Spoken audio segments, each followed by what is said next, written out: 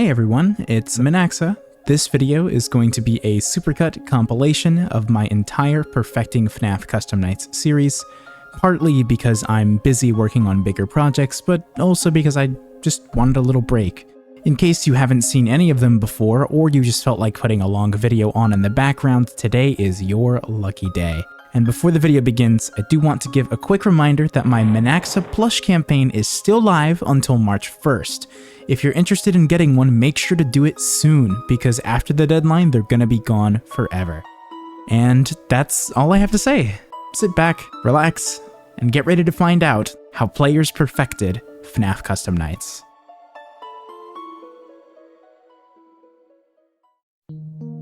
Throughout the years, Five Nights at Freddy's has never really been regarded by the masses as a particularly difficult set of games. There have been, of course, a few exceptions. Honestly though, there's no way! There's no way! How in the fuck? But no portion of any FNAF game has the potential to reflect this as much as the Custom Nights. Custom Nights have been a staple of Five Nights at Freddy's since its inception, being first included as the 7th and final night of the original game. The difficulty of the animatronics was based on a number scale ranging from 0 to 20, with 0 being completely inactive and 20 being as aggressive as possible. Naturally, players of the game seeking a challenge would immediately gravitate towards the hardest possible difficulty, and with that, 420 mode was born. In this video, I'm going to briefly explore the history of the first 3 games' Custom Night challenges, how their strategies evolved over the years, and how eventually they became completely broken.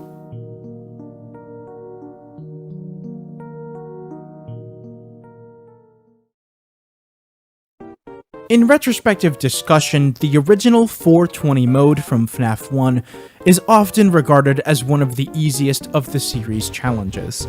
However, back in 2014, this challenge was seen as near impossible, and actually impossible by the game's own developer. However, a strategy was quickly formed that streamlined the gameplay to make its completion a possibility. Check the left and right doors for Bonnie and Chica, check Pirate's Cove for Foxy, close the right door between camera checks to avoid Freddy, rinse and repeat. It sounds easy on paper, but in execution, the required precision was brutal. After the strategy was developed, it was only a matter of time before someone would have the first successful run. But how long would that take? A few weeks? A month? More? Well, if you didn't already know, you may be thoroughly surprised to learn that it was completed less than 2 weeks following the game's release. The person who would be the first to overcome the challenge goes by the name Big Bug. Although they've been inactive for a very long time, thankfully their completion and even the full stream VOD are archived. Let's take a listen.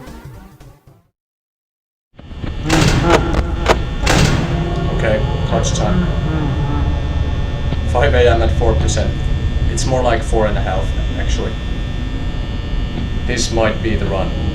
Provided Foxy won't attack. Man, I don't have an idea. 1%. Foxy, please. Yes!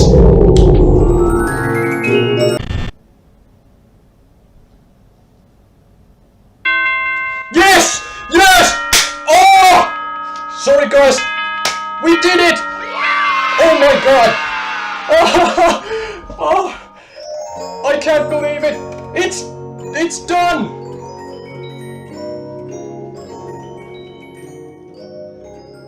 Oh. After that resounding victory, Markiplier would upload his iconic completion the very next day, which is how most people really found out about the challenge. Oh my god! Oh, I did it! Ah! I did it! Now, you may have been wondering in the back of your mind why I said this just a bit ago. 420 mode from FNAF 1 is often regarded as one of the easiest of the series' challenges.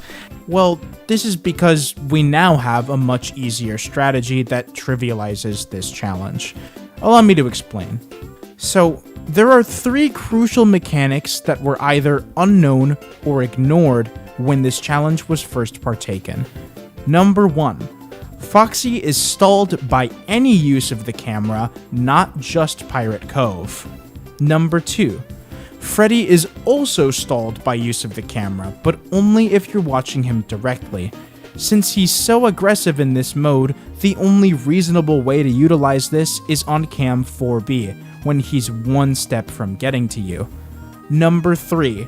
Chica also inhabits cam 4B, but her sprite overrides Freddy's if she's present, which means you should always know if she's going to approach the right door without checking the light. With these 3 key details acknowledged, a new strategy emerges. Turning on the light and checking cam 4B twice to stall Freddy without closing the right door, and repeating the process until Chica seems to have showed up and gone from the corner. Once this happens, you do check the right door. If Chica appears, close it. Once she leaves, which should be rather quickly, simply repeat the process. Since Foxy is being stalled constantly, it is overwhelmingly likely that he will only show up to the left door once in a night. In order to know what stage he's on, you should use certain opportunities when the right door must be closed for Chica anyways to check on Pirate's Cove and quickly return to performing the previous cycle. Once you get to about 4% power, if you even get that low, you should stall the rest of the night out by doing absolutely nothing and just pray. The main issue the older strategy had that this one corrects was that running out of power around 4 or 5 AM was rather common and almost up to chance depending on interactions with Bonnie, Chica, and sometimes even Foxy, who drains 6% power if he arrives a second time. Oh! Oh my god! Oh my god! Okay, everybody shut up. These ideas could even be taken to a further extreme. You see, in Five Nights at Freddy's, the animatronics move on intervals. These intervals determine how often animatronics can partake in a movement opportunity. If you didn't know, even nights 1 through 6 actually utilize the 0 through 20 scale for animatronic difficulty. However, the numbers change over the course of the night and never get nearly as high as 20. The number assigned to an animatronic determines its chance to move during an interval because the game rolls a random number from 1 to 20 and then compares it to that assigned difficulty value. Since the number the game attempts to generate could never exceed the assigned value if that value were set to 20, this means that an animatronic on 20 difficulty always moves on its interval except for when it is stalled in cases of Freddy and Foxy. Once you learn and fully understand these intervals, you can essentially gain a complete mastery over Five Nights at Freddy's mechanics. With that, I want to introduce you to Shooter25, a FNAF YouTuber who specializes in completing difficult FNAF and FNAF fan game challenges. On February 5th, 2022, he uploaded a FNAF 1 420 mode green run. A green run is essentially a run in which you try to finish with as much power remaining as possible or another appropriately assigned resource. How much power did he finish with, you might be asking? Well, let's find out. Right off the bat, you can tell that Shooter's utilization of the cameras, lights, and doors is going to be kept to an absolute minimum. Because of his understanding of Bonnie's interval, he even flips the camera up while he's there and then closes the door because he knows that nothing could possibly happen to him. It's honestly kind of hilarious how little he has to do to complete Five Nights at Freddy's 1's hardest possible challenge. Foxy never even has a chance to show up to the left door for the entire night because he makes sure to open the cameras on the interval right before his movement opportunity can even happen. Chica only attacks a handful of times throughout the night, and by 6 AM, he has 26% power left. No. Yes. Oh, shoot. Okay. That was like at 26.5 or something. I was 26.4 or something. And that's for record. Yay! I'm sure most of you assumed that completing 420 mode with that much power left was just impossible. However, you may not believe me, but it gets even worse. You know how Freddy, Bonnie, and Chica can only kill you if you use the cameras? Obviously, Foxy is put in place to prevent you from just sitting in the office and stalling everyone, but there's a certain quirk in the way that he functions that can be heavily, and I mean heavily, exploited. A user named Leftori invented a strategy based on this exploit. When Foxy leaves Pirate Cove, which is basically guaranteed on 420 mode after 15 seconds, a timer starts counting up every frame if you don't check the hall where you see him running.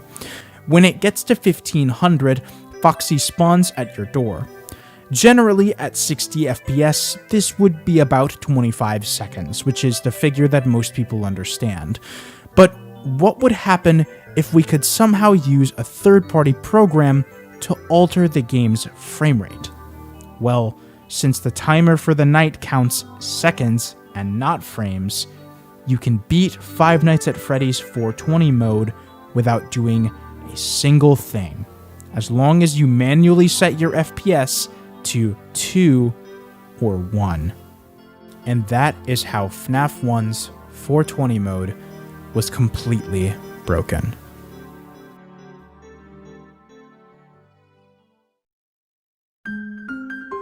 We know now that FNAF 1's challenge was only the first of many, and the trend would continue with the release of Five Nights at Freddy's 2 just a few months later.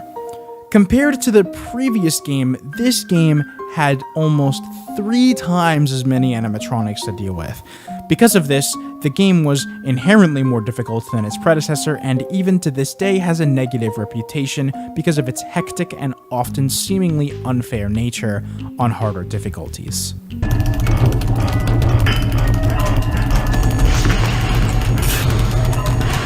Before we dive into this game's 1020 mode, I do want to clarify a few things about the mechanics. This game uses the 0 to 20 number scale in the same way as the first to determine movement opportunities, and also has its own set of intervals. Even though it's called 1020 mode, you're really dealing with 11 characters, and 13 if you want to get super technical. But all of the main threats can be separated into 3 categories: desk animatronics, vent animatronics, and what I like to call wild cards. Desk animatronics are the ones that trigger blackouts when they enter the office and stand by your desk. It's important to note that these animatronics actually force your camera down after a certain amount of time, so you can't just stall their interactions by hiding in the camera. Vent animatronics are the ones that show up to the vent opening but leave after you put the mask on. And the wild cards are those that don't neatly fit into either category. Golden Freddy is a bit of a strange case, certainly a wild card, but he doesn't usually pose much of a problem. Foxy and the Puppet are obvious wild cards in that they have mechanics that are solely dedicated to them, but you might not expect that Toy Bonnie is actually a wild card as well. He's not quite an office animatronic or a vent animatronic. He shows up to the vent, but then enters the office briefly after the mask is put on. The problem with Toy Bonnie is that he will sometimes take longer to perform his attack than he otherwise would. Essentially, he is a massive RNG-based liability and just an asshole. The reason why he's such a liability is because of the music box. The music box winds down faster as the nights progress, and since the puppet cannot be customized on night 7, the music box is at its fastest speed, regardless of the difficulty of the other characters. With all of the mechanical context out of the way, what strategy did the community come up with? It went sort of like this. You'd prioritize winding the music box as much as possible until an office animatronic forced your camera down. Then you'd put the mask on, check both vent lights, and flash Foxy, and then rinse and repeat. Although I did really oversimplify it, this game is hard. Oh Look, It's FNAF, one of the pioneers of the 10-20 strategy, makes this look easy. But in reality, he needed 103 attempts for the successful run. There are a lot of circumstances in which your rhythm is thrown off, and a less skilled player would panic and fall apart instantly. He even made a separate video showing off many of his failed attempts.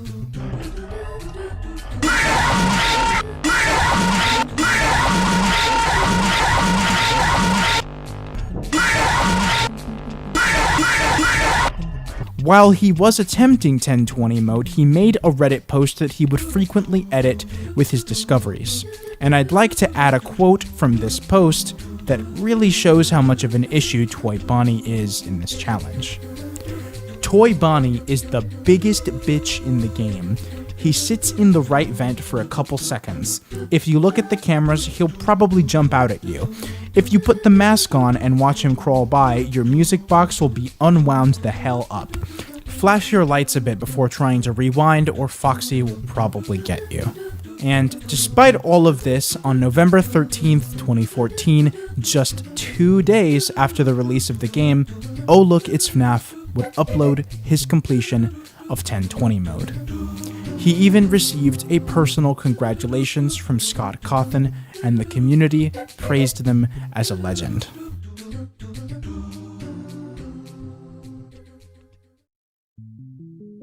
Now, fast forward 5 years.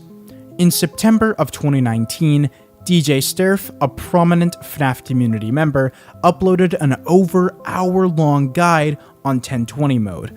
At this point, the intervals were now considered portions of the strategy, and the comprehension level of the game had noticeably increased.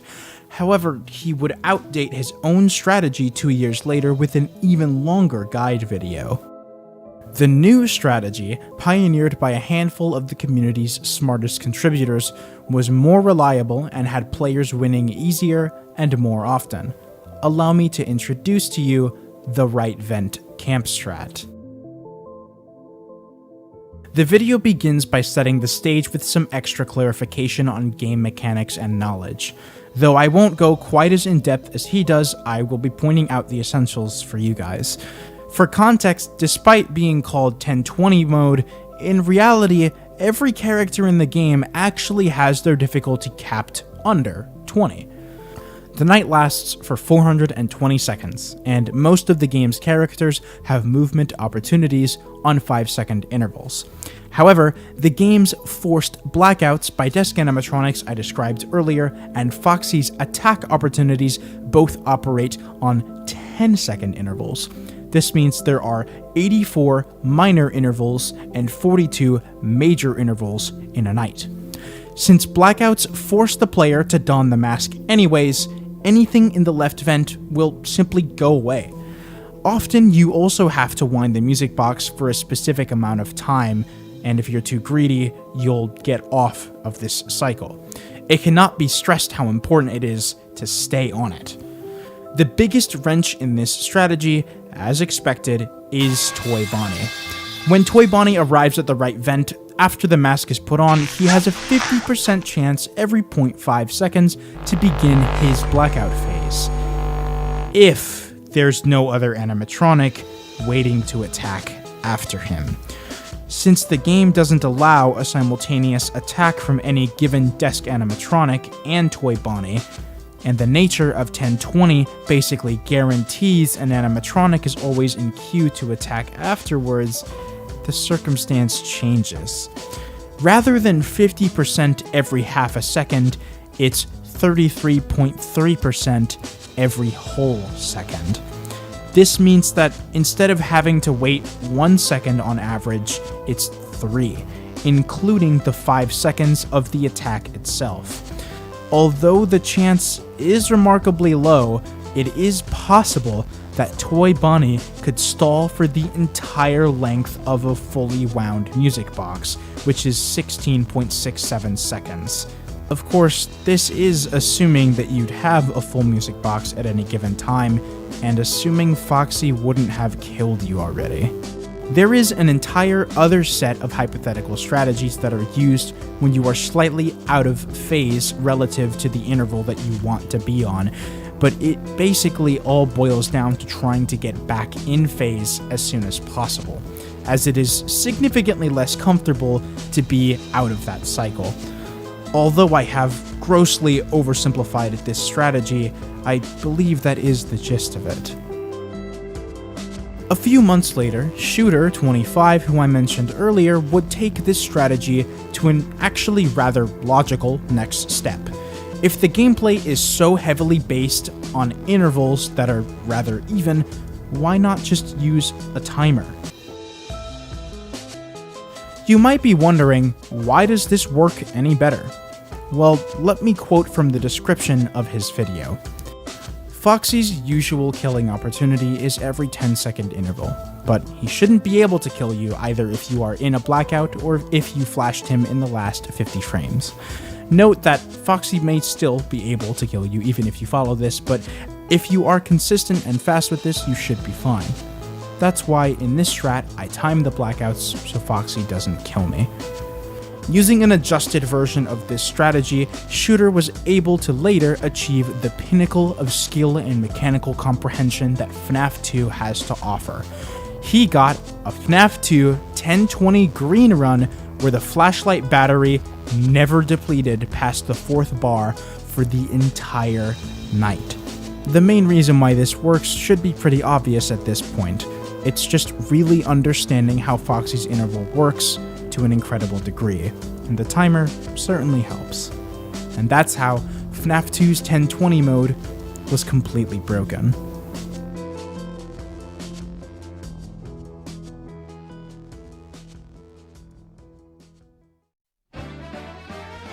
Five Nights at Freddy's 3 was a little bit of a game changer. The mechanics were wildly different from anything we'd seen before, and the game was definitely on the easier side compared to the previous two overall. Of the entire roster of characters, only one of them could actually end your night, and the rest were avoidable if you were skilled and knowledgeable enough. However, at the beginning, most people kind of just weren't. The game also lacked a Night 7 at all, instead having options you could toggle and then play any part of the game with. Night 6, which is labeled as Nightmare, was the hardest night, so naturally, playing Night 6 with the only toggle that actually made the game harder, Aggressive, was FNAF 3's hardest available challenge, Aggressive Nightmare Mode. It was difficult to find the person credited as the first victor of this mode, in all honesty. I was able to find footage and a Steam forum page from the alleged second victor, posted 3 days after the game was released, and that victor credits a user named Sinpai, but I can't find the video. His strategy was really messy, and he almost died at the very end. After this, honestly, it didn't take long for players to come up with effective strategies, even vaguely resembling what we do today. The only difference between what people used to do and what people do now is the efficiency in its execution. There's two modern strategies to this challenge now, but the main one was pioneered by a user named TruePlayer. The basic premise is to try to keep Springtrap in the middle of the map. To some of you, this may seem a little counterintuitive, especially if you never tried this challenge. After all, the center of the building is closer to you than the far corner on the other side, right? Well, not quite. You see, the vents need to be taken into account. Overall, the safest possible camera to keep him in is Cam 6. It has the best combination of lack of phantom animatronic opportunities and proximity from vents that can kill you, as long as you seal Cam 12.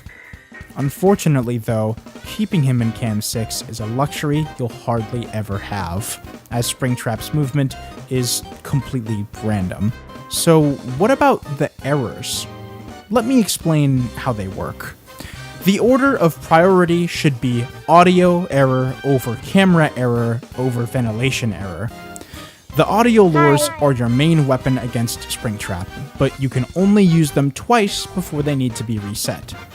The cameras are important, but there's a lot of information at your disposal that you can use to supplement them.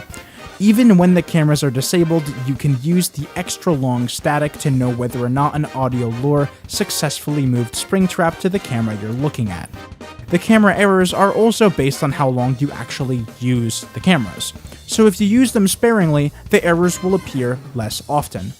On top of that, audio cues in this game are massively important.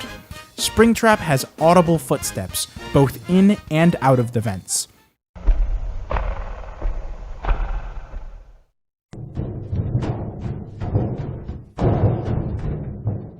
The scary ambience starts and gets louder the closer he is to the office, which you can use to tell where he's at with no visuals at all.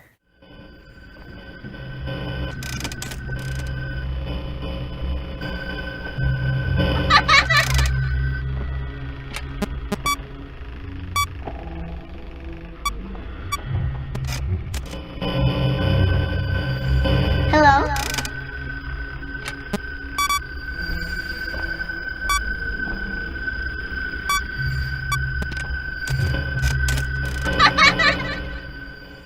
With all of these factors combined, it's no wonder why the cameras are less important than the lures. But how about the ventilation? Well, the priority order that I gave just a bit ago is a teeny bit misleading. The ventilation errors should be your top priority if they happen. However, as long as you don't have any run-ins with phantoms and use the cameras regularly, this should never happen. That is why I placed it where I did. Because of the fact that you shouldn't have to reboot the ventilation unless you make a mistake, which may happen once or twice during a run, it's fairly unlikely you will ever have all three errors at once, especially if you're managing your resources correctly. Therefore, using the Reboot All button is almost always a completely terrible idea. It simply takes too long and allows Springtrap a high likelihood of ending your night, along with your life. Instead, the ventilation should be prioritized, then the audio, then the cams, if all three of them are there. If all of that sounds complicated, it kinda is, so it's safest to avoid phantom interactions and simply get better at the game to avoid this happening. Speaking of phantoms, funnily enough, you actually can't get jump scared by the same phantom twice in one night. Another sort of padding game design choice related to the phantoms is that they actually can't attack you until 1 AM, except for Foxy for some reason. Springtrap also cannot climb through vents until 1 AM. And with all of that being said, that's essentially it for the strategy in this game.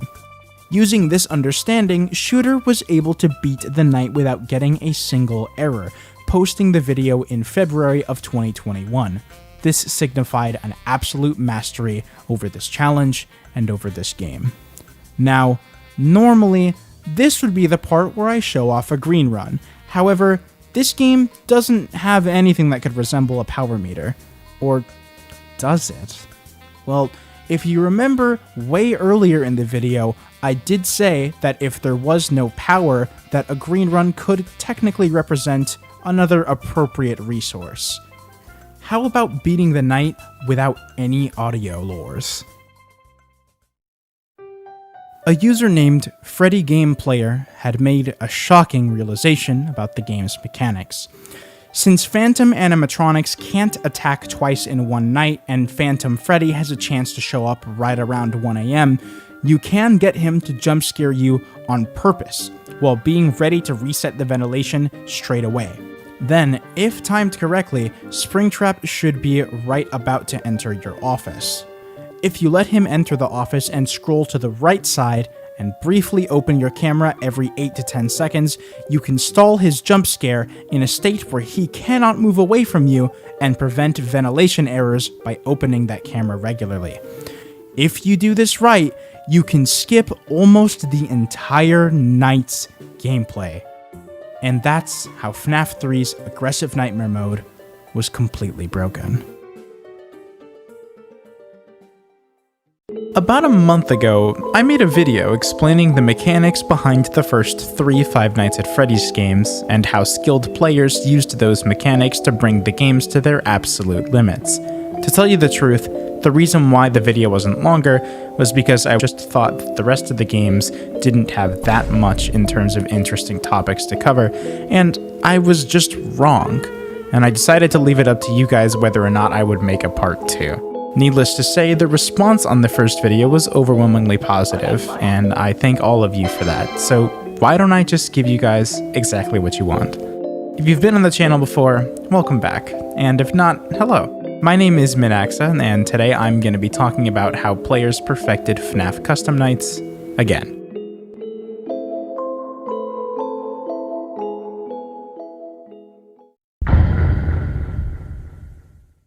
FNAF 4 is pretty similar to FNAF 3 in the sense that it doesn't exactly have a custom night, but rather a challenge, or in this case challenges, that come after the main portion of the game. These challenges are Blind Mode, Mad Freddy, Insta Foxy, and All Nightmare. There's also Night 8, which is basically just a harder Night 7, and is the game's 420 mode equivalent. I'm gonna go ahead and start by explaining the game's base mechanics, and then we can apply that to the actual challenges. Five Nights at Freddy's 4 is the first Five Nights at Freddy's game to not have a visible map. However, there is still a very specific layout in this game, with many different positions various animatronics can fill. Also similar to previous games, the animatronics function on intervals and AI levels that determine their movement opportunities. If you don't understand what any of that means, then you ignored me when I told you to go watch the first video first. I'm gonna break down the animatronics' behavior individually, since this game fixes a problem that Five Nights at Freddy's 2 has, where most characters function similarly and rather plainly. To dive a little deeper into how they work, we can start with Bonnie and Chica. Their movement opportunities can occur every 5 seconds. Once they are at the door, you must listen for a breathing audio cue and shut the door until you hear deep footsteps indicating that they have walked away. If they are at the door for 20 seconds, minus whatever number night you're on, they'll jump scare you when you next check the bed. Foxy's mechanics while in the halls are pretty similar. He starts in the same place as the other two and also has 5-second intervals for movement opportunities. However, unlike the other two, he can go down either hall. He has 2 specific audio cues that you can listen for in the center of the room to determine where he is. If you catch him with your flashlight, he backs off, and you should ideally continue this loop for as long as possible to prevent him from entering the room. Once he does enter the room, his mechanics shift entirely. From there, Foxy utilizes a progress bar ranging from 0 to 10 that slowly rises. He has different visuals for certain ranges of the progress that tell you how close he is to jump scaring you, which occurs at 10 progress. Like the previous two, his difficulty also increases throughout the night. Funnily enough, despite his movement opportunity occurring every time on 10 or above AI level, it still goes up higher on later nights. Freddy, like Foxy, also has a progress bar ranging from 0 to 80. His interval is 4 seconds and not 5. For the first 30 units of the progress bar, each 10 progress will spawn a Freddle on the bed, maxing at 3. They progressively get louder depending on how many are on the bed, and you can hear them from other points in the room. Once you reach 60 progress, you're dead. Thankfully, shining the flashlight decreases the progress very quickly. Fredbear and Nightmare act very similarly to each other. Fredbear is present for the entirety of Night 5 and from 4 to 6 AM on Night 6, with Nightmare only appearing from 4 to 6 AM on Nights 7 and 8. Fredbear's interval is 3 seconds instead of 5, with Nightmare's being 2. You can hear them traversing the living room, but they'll enter the 2 halls silently and jump scare you after certain amounts of time, which get harsher as nights progress. Aside from this, their actual mechanics mostly involve taking the roles of the other 4 animatronics, as they can appear on both sides of the room, in the closet, and on the bed. They teleport to the bed or closet if they've been in a hall for 10 seconds and you go to check the opposite hall. There is a little bit of RNG to this, and often they will play a laugh sound when teleporting, but they can also make fake laughs that give you false information. And that's the basic breakdown of the mechanics of each individual animatronic. Now, most of that information was taken from idstaken's very comprehensive breakdown on FNAF 4's AI, of which I omitted a lot of specific details for brevity's sake. If you want an even better understanding, go and check out that video as well. With all of that out of the way, we can begin to actually discuss the gameplay. There's a number of funny exploits that have been used for the main nights of FNAF 4. For one thing, a player named Chicken Ninja 42 beat every night from 1 through 7 without any sound. The main idea behind this is to just try checking every point of danger as quickly as possible so as to avoid the need for the sound cues on the left and right sides. On top of that, paying especially close attention to balancing every threat's intervals and getting lucky also plays a massive part. Yes! Yes! Oh my god! A user named Brayden, who I will be referencing extensively in this video because he personally helped me quite a bit with writing, also found a strategy for Night 5 that allows you to beat Fredbear without using either side door. The strategy only works if you allow Fredbear to fail a few movement opportunities on purpose, otherwise you probably won't be successful.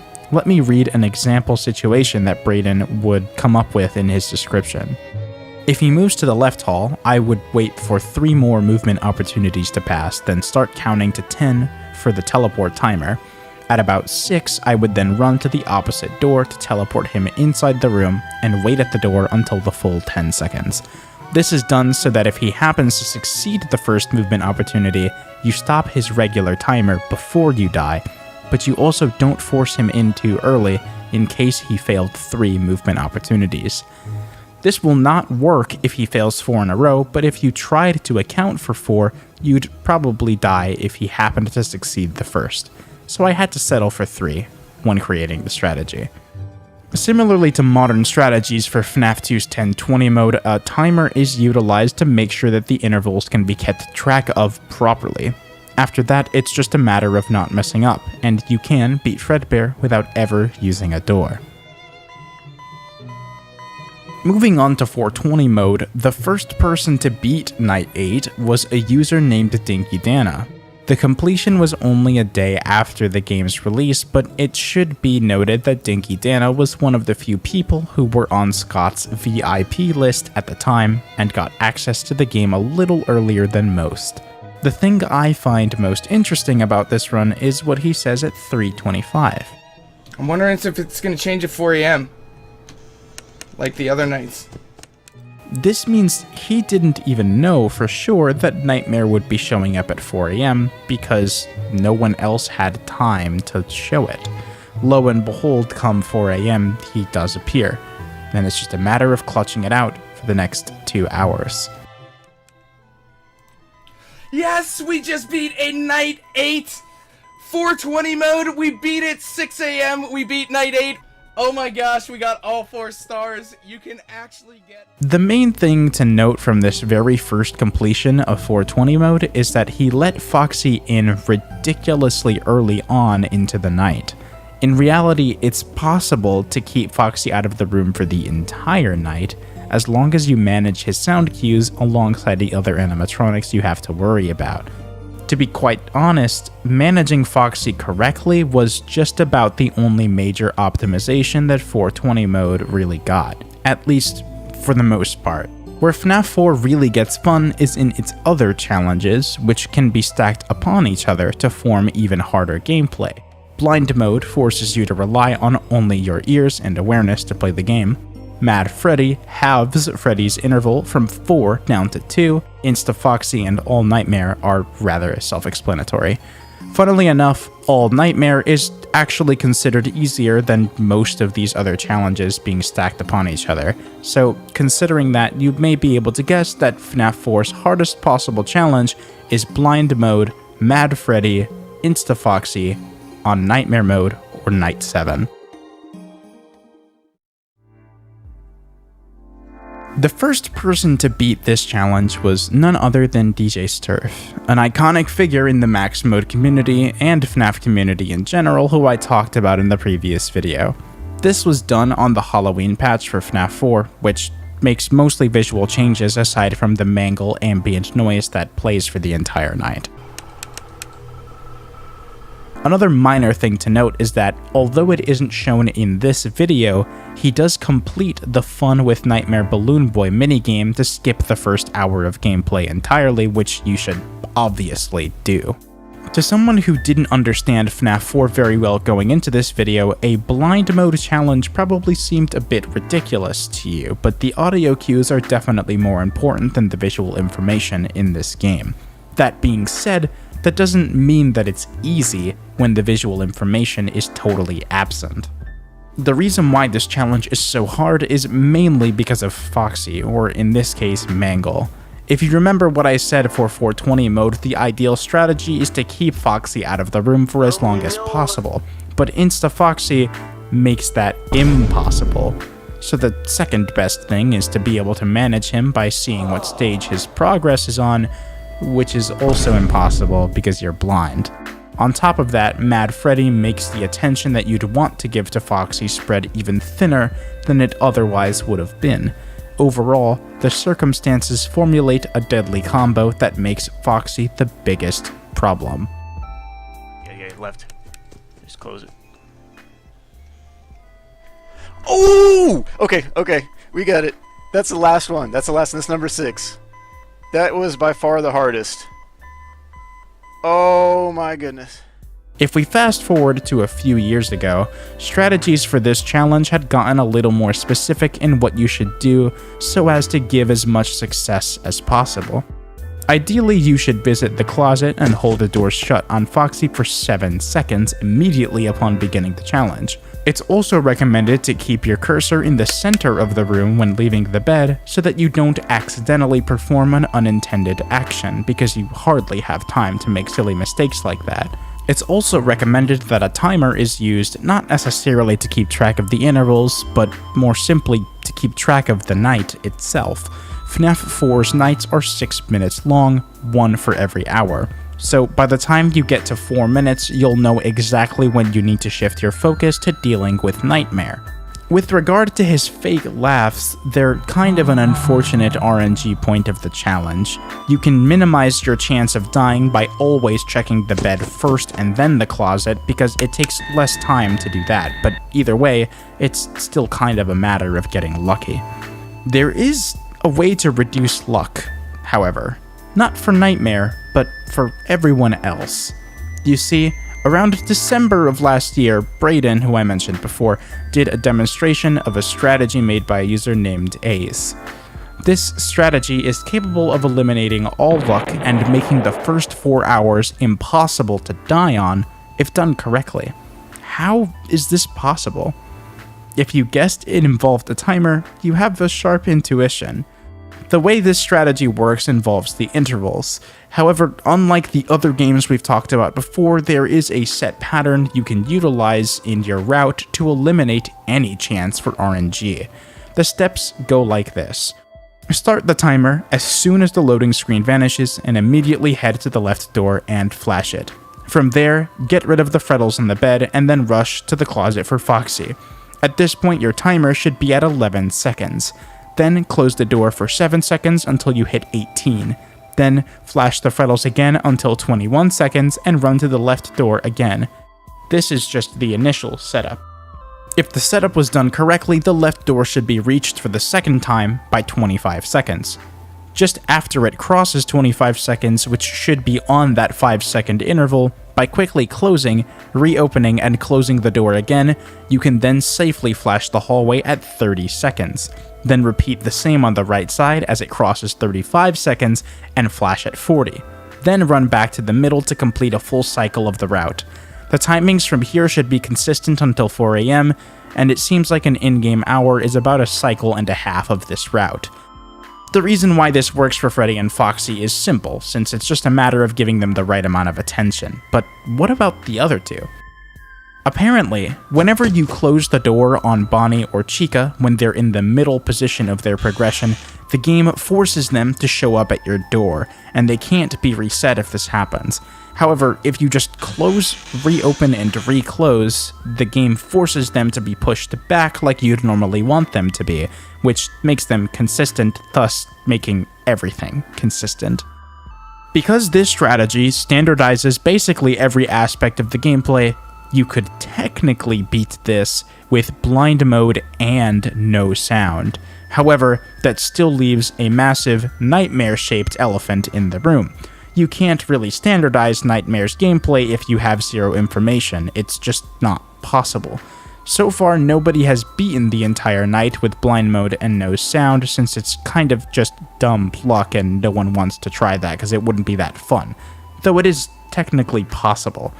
To this day, that's where we stand as far as challenges in Five Nights at Freddy's 4 goes. Now we can move on to Sister Location.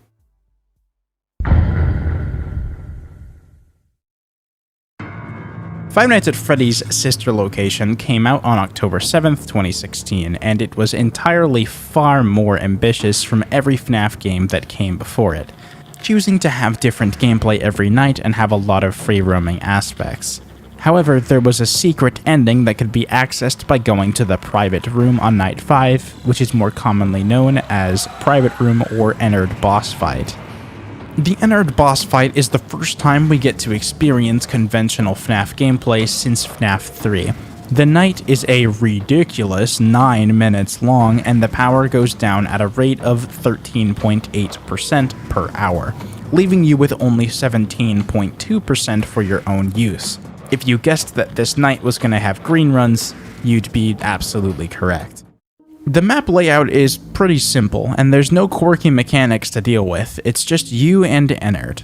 Being that he is the only animatronic you're meant to deal with, his behavior is actually pretty interesting. He doesn't begin moving until 40 seconds into the night, and from there, he begins movement opportunities on 10-second intervals. From 1 to 3 AM, they shorten to 6-second intervals. At 4 AM, they shorten to 4, and down to 2 in that final hour. He generally has sound cues for when he moves, but can move silently and mislead you on where he really is, similar to Fredbear and Nightmare in FNAF 4.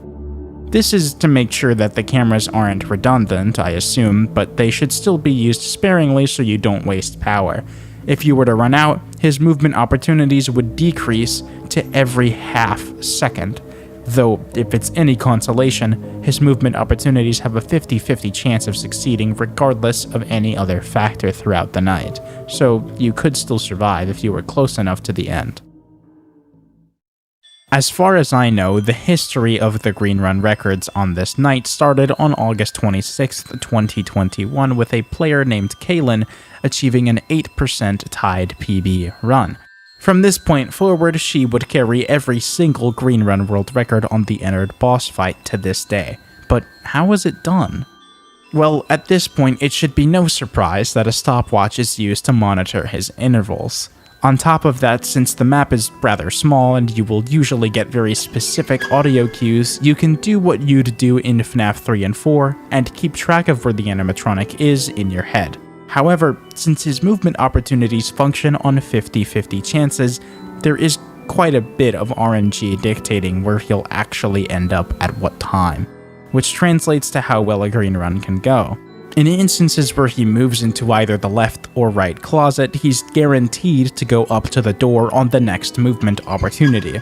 There is also a position invisible to cameras that he starts in and often returns to when his route is reset by being denied office entry. It's also worth noting that using a controller or playing on a PlayStation 4 is actually significantly easier because you can use the D-pad to close the doors rather than hovering over and clicking the buttons in the office.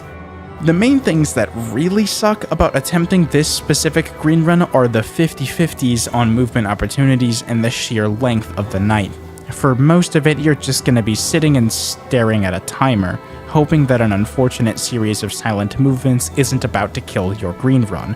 Because of this, it's easy to understand how the first of these green runs could be only 8%, but gradually get improved over time to 14% within just a few weeks.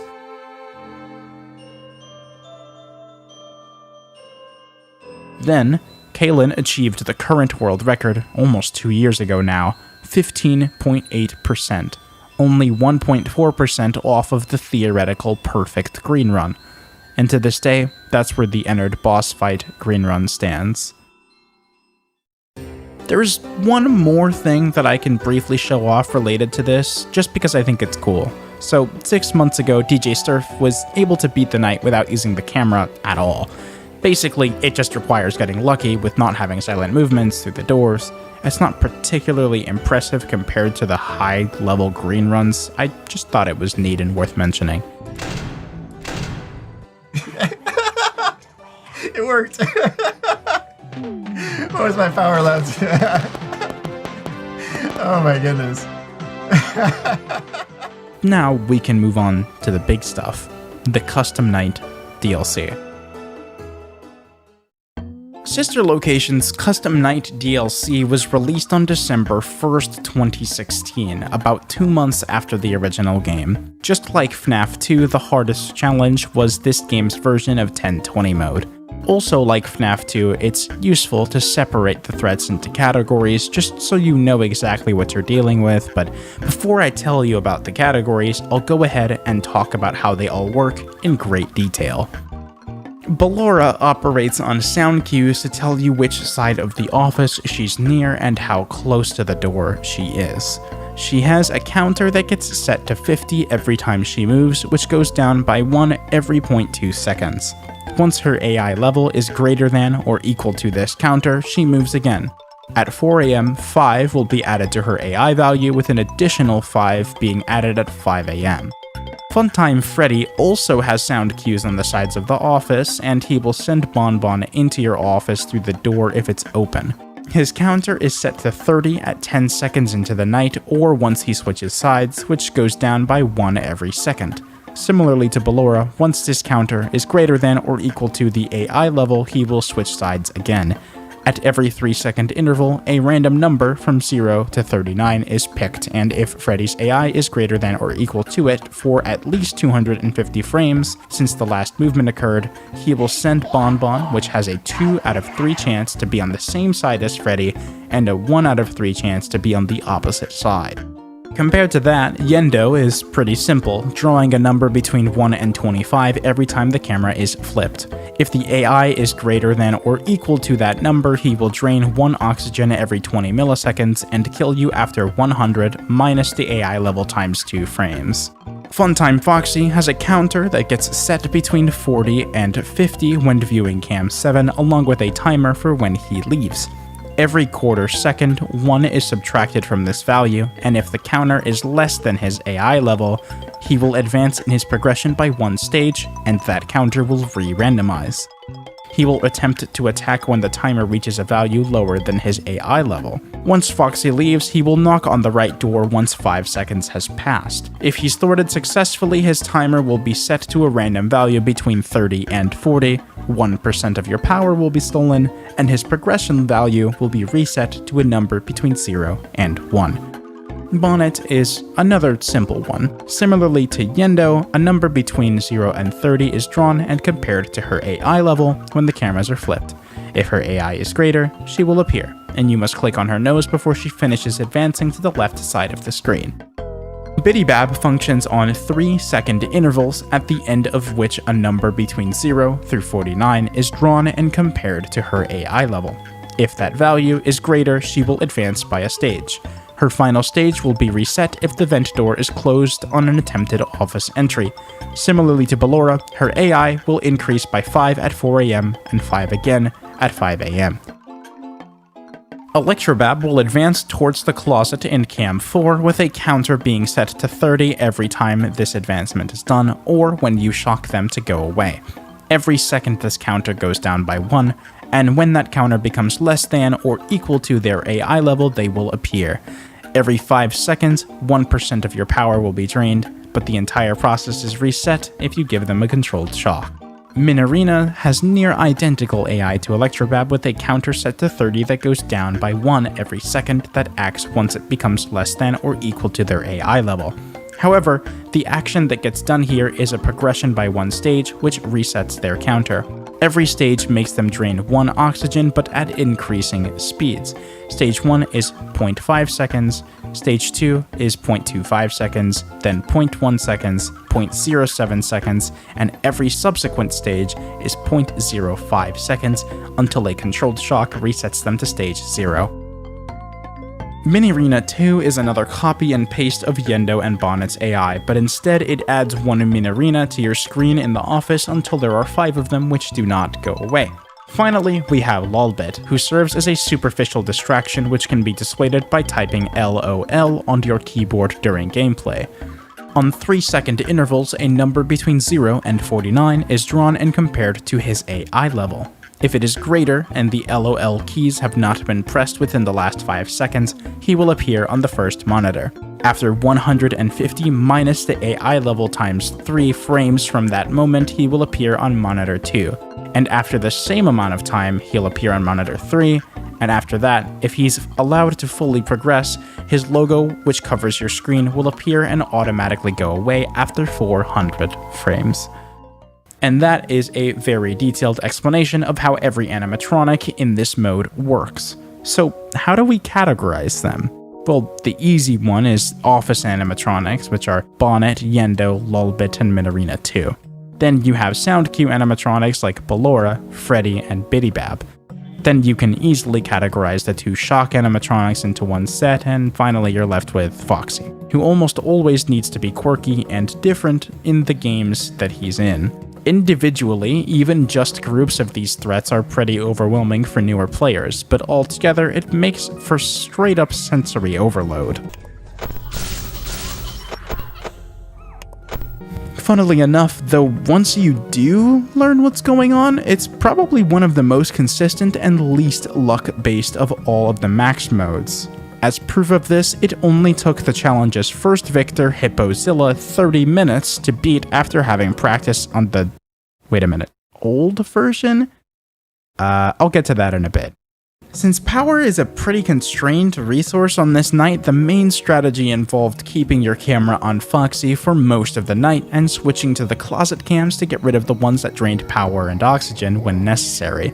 Foxy's camera is absolutely essential here because you need to know pretty quickly when he's left. Aside from that, the challenge is mostly about being skilled at dealing with the threats individually and bringing it all together and doing it for 6 minutes. What a party pooper!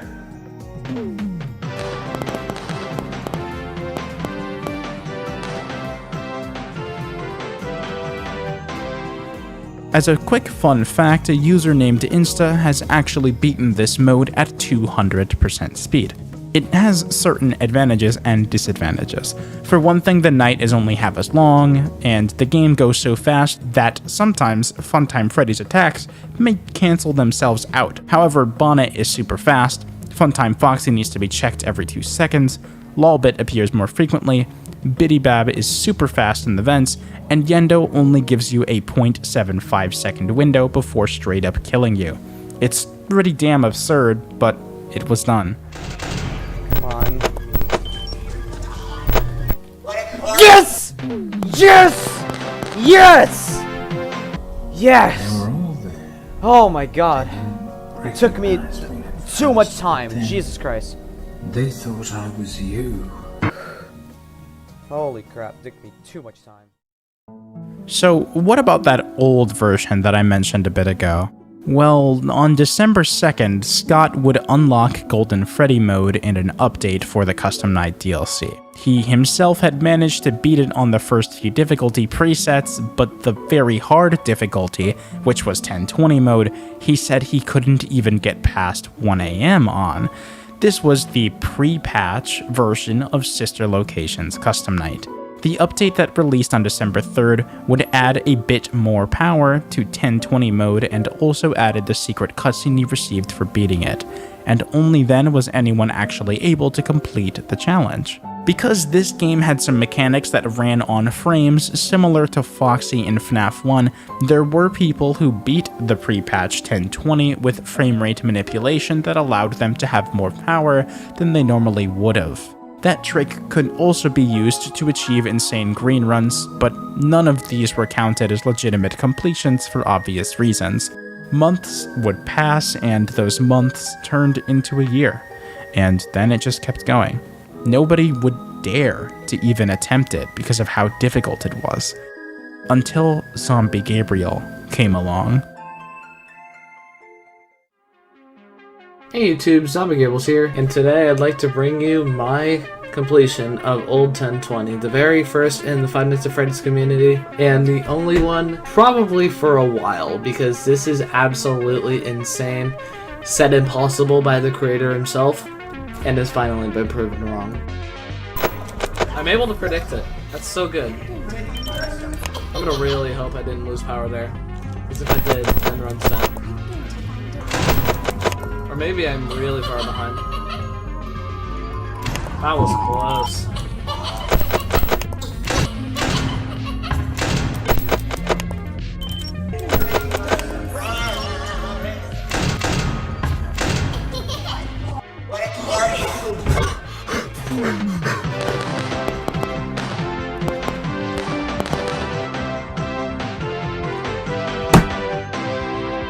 Oh my god.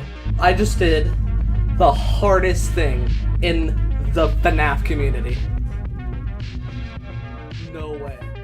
This was a monumental achievement. To put into perspective how hard this challenge really is, Zombie Gabriel only had 1% power remaining. In the past few years, a newer strategy to increase your screen gamma has been used so that the oxygen depletion from the min arenas could become an irrelevant factor, since it doesn't actually turn your screen completely black for whatever reason.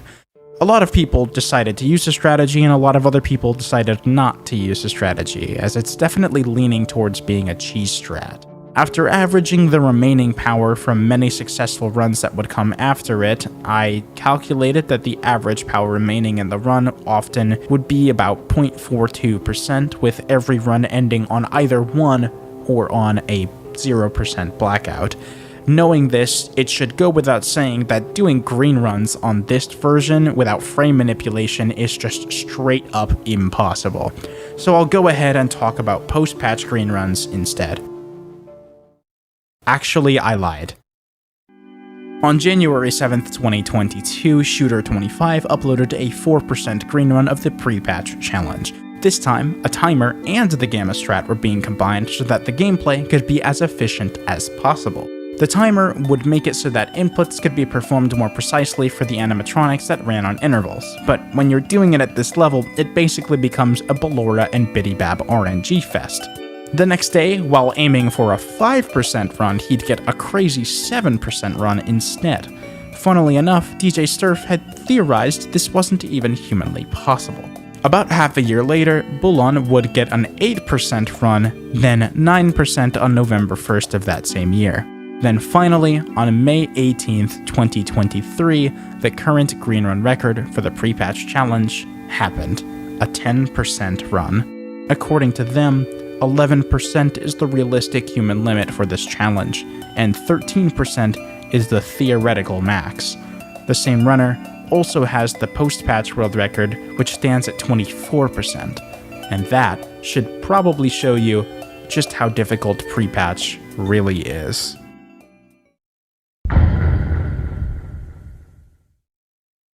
So, Pizzeria Simulator, it doesn't have a custom night, right?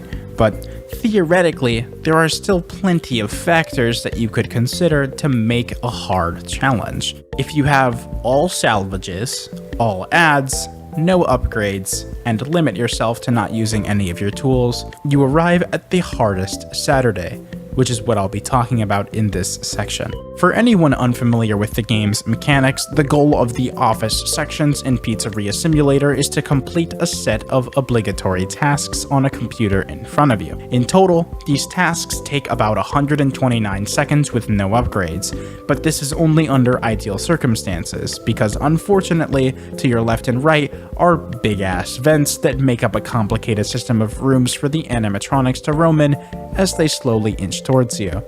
Just like previous games, the animatronics function on intervals and movement opportunities. The movement opportunity in this game is always a 1 in 3 chance, but the intervals shorten between different days, going from 8 seconds on Monday all the way down to 2 seconds on Saturday. A special monotony timer forces intervals to 2 seconds after 30 seconds of no movement and 1 second after 45.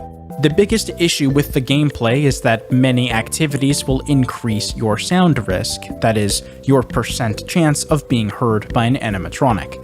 If an animatronic has wandered into either vent beside you and you're not shining a flashlight at them, you receive a guaranteed jump scare sentence. Making zero noise would be ideal, and the upgrades and tools help you minimize noise in your tasks as you progress through the game, but you're not allowed to use those in this challenge.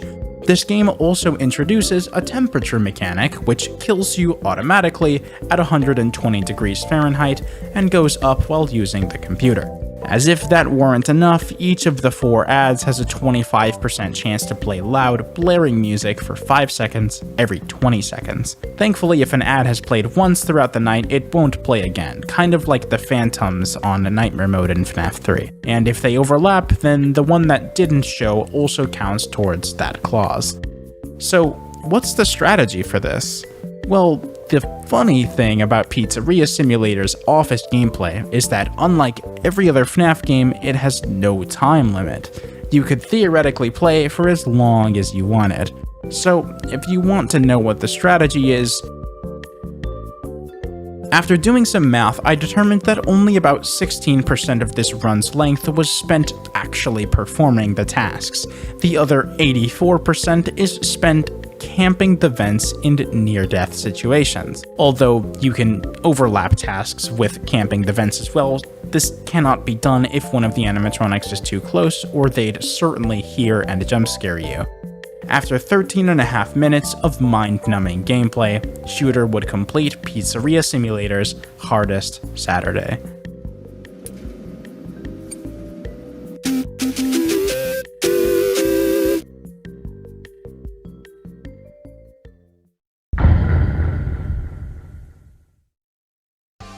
So, that last one was a bit shorter and more straightforward, but I figured it would still be worth talking about. In fact, there's a lot of things I didn't know about Five Nights at Freddy's 1 through 3 when I made the first video that I think are worth talking about now. So, to end this video, I'm gonna do a more fast-paced bonus section covering the things I missed in those first 3 games.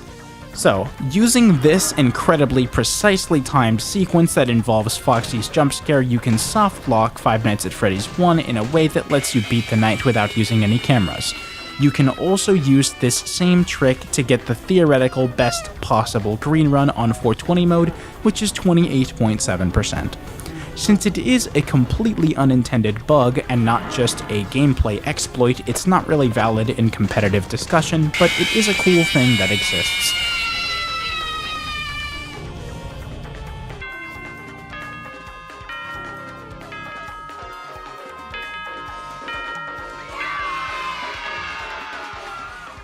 You can also beat 420 mode without using the lights at all, which is only possible because of this interval timer put together by Shooter.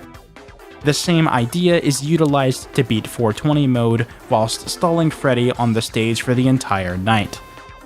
After 15 plus hours of attempts, Shooter was able to beat 420 mode using the original Big Bug strat with 3% power remaining. This, of course, means that no movement opportunity exploits could be performed, the camera must be set to Pirate's Cove, and the right door needs to be closed on every camera check once Freddy is in the corner. Wait.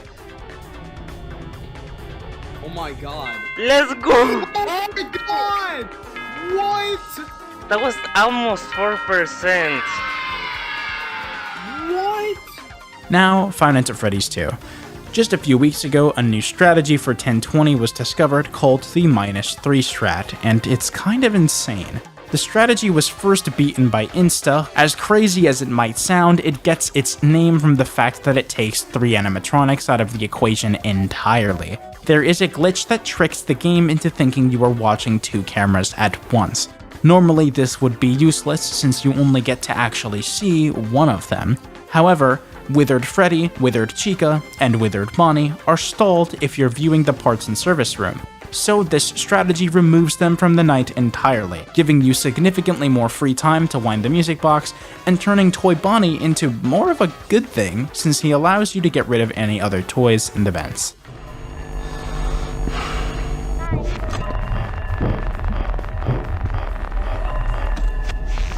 There we go. GG. Oh my god, that's so much easier. Let's go. Finally, we have Five Nights at Freddy's 3. True player beat aggressive nightmare mode whilst getting every single phantom jump scare. How this is possible is beyond me.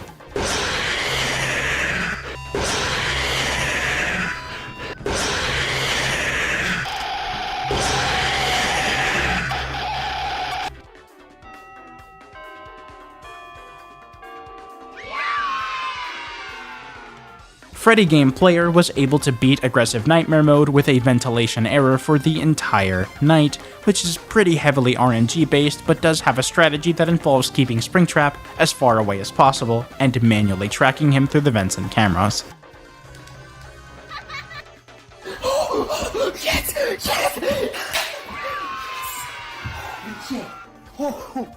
Insta was able to beat aggressive nightmare mode with 0 errors, which is basically just playing it normally but very safely. Still pretty impressive. I just did NAO no errors with Springtrap in my office at 4 a.m.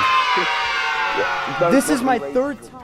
Finally, Brayden was able to beat aggressive nightmare mode with no audio lures and without Freddy game player's strategy that I talked about in the previous video. He did this by getting really lucky with Springtrap, spending the majority of the night roaming around and not actually making any major advancements past Cam 2. Every time he attempted to go into a vent, it was denied and he just kept roaming around randomly.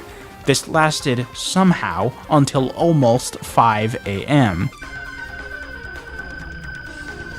From there, it was a matter of stalling for as long as possible, which he did by resetting the ventilation and just kinda sitting there, until he finally won.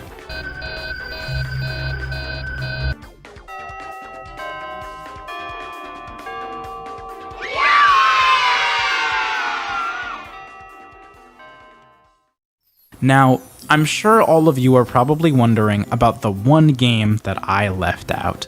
Here's the thing.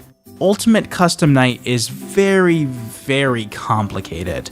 It could probably make for an hour-long video on its own, but I will cut you guys a deal. I know it's a lot, but if you can get this video to 50,000 likes, I promise you that I will make the best Ultimate Custom Night video you've ever seen.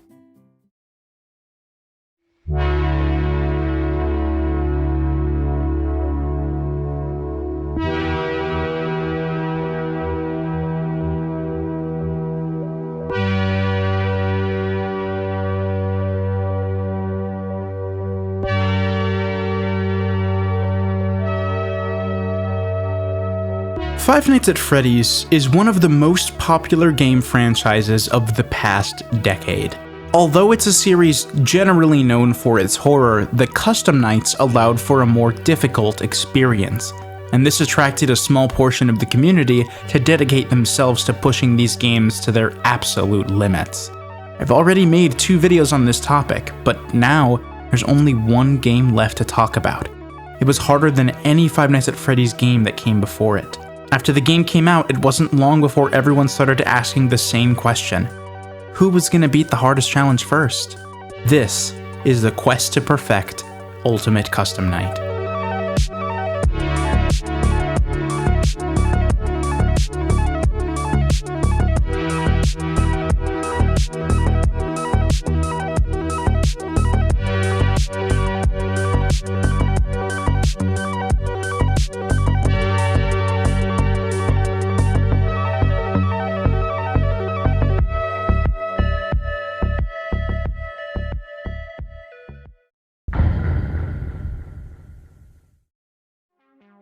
Our story begins in February 2018, a few months after the release of Pizzeria Simulator. In a Steam forum post, the game's developer, Scott Cawthon, stated that he was developing an Ultimate Custom Night add-on for Pizzeria Simulator, a game that had no custom night on its own. He used his website, scottgames.com, to tease many aspects of the game, which is where we found out the default roster would consist of 50 characters. He also used his website as a sort of progress meter to showcase how much of the development was completed. He quickly realized the scope of the project was far too large to relegate it to an add-on for an existing game, and thus, Ultimate Custom Night became a standalone title. After a few months, the game was ready to be released on June 22nd, but was delayed.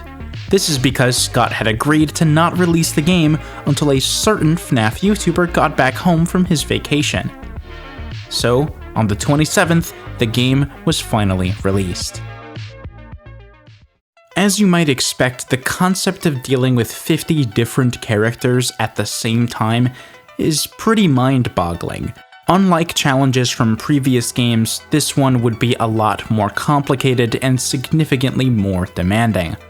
Five Nights at Freddy's, at its core, is a game series built on resource management, and Ultimate Custom Night is no different. To start, there's many things that need to be passively managed, like the power, the temperature in your office, your noise level, and the ventilation. There's also a menu on your monitor that allows you to supplement these resources with the power generator, the silent ventilation, the heater, the power AC, and the global music box, which can all be accessed through keybinds of the numbers 1 through 6. Only one of these systems can be active at a time, though, so it's important to choose which one is most appropriate to use at any given time. The monitor also has a reset ventilation button below the list of all these systems, which does exactly what it sounds like. Every so often, the room will start to fade to black, and if you don't want that to happen, you'll have to open the camera to reset your ventilation. On the topic of the monitor, there are 3 separate monitoring systems that need to be accounted for: the cameras, the vents, and the ducts. Each of these systems have their own animatronics and unique mechanics that must be dealt with. On top of all this, the office itself has quite a few things that need to be managed, such as the 4 doors and a plethora of animatronic-specific mechanics. There's also a currency system, Faz coins, which you receive every time an animatronic bangs on a door you've closed, and they can also be found on the cameras.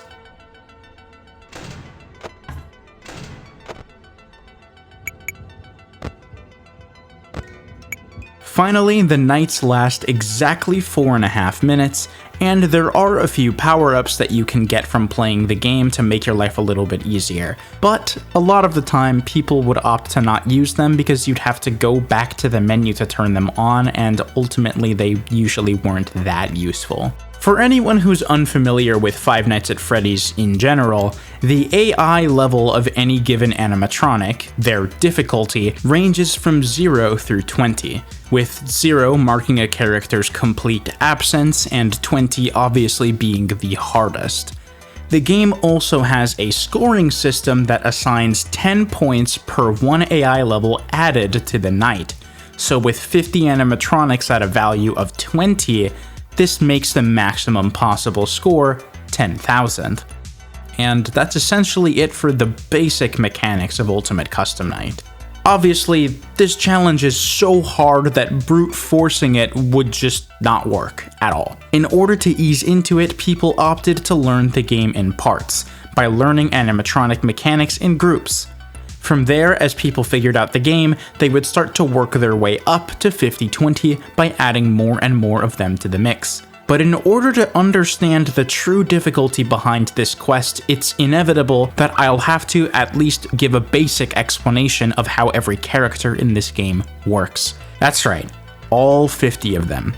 So buckle up.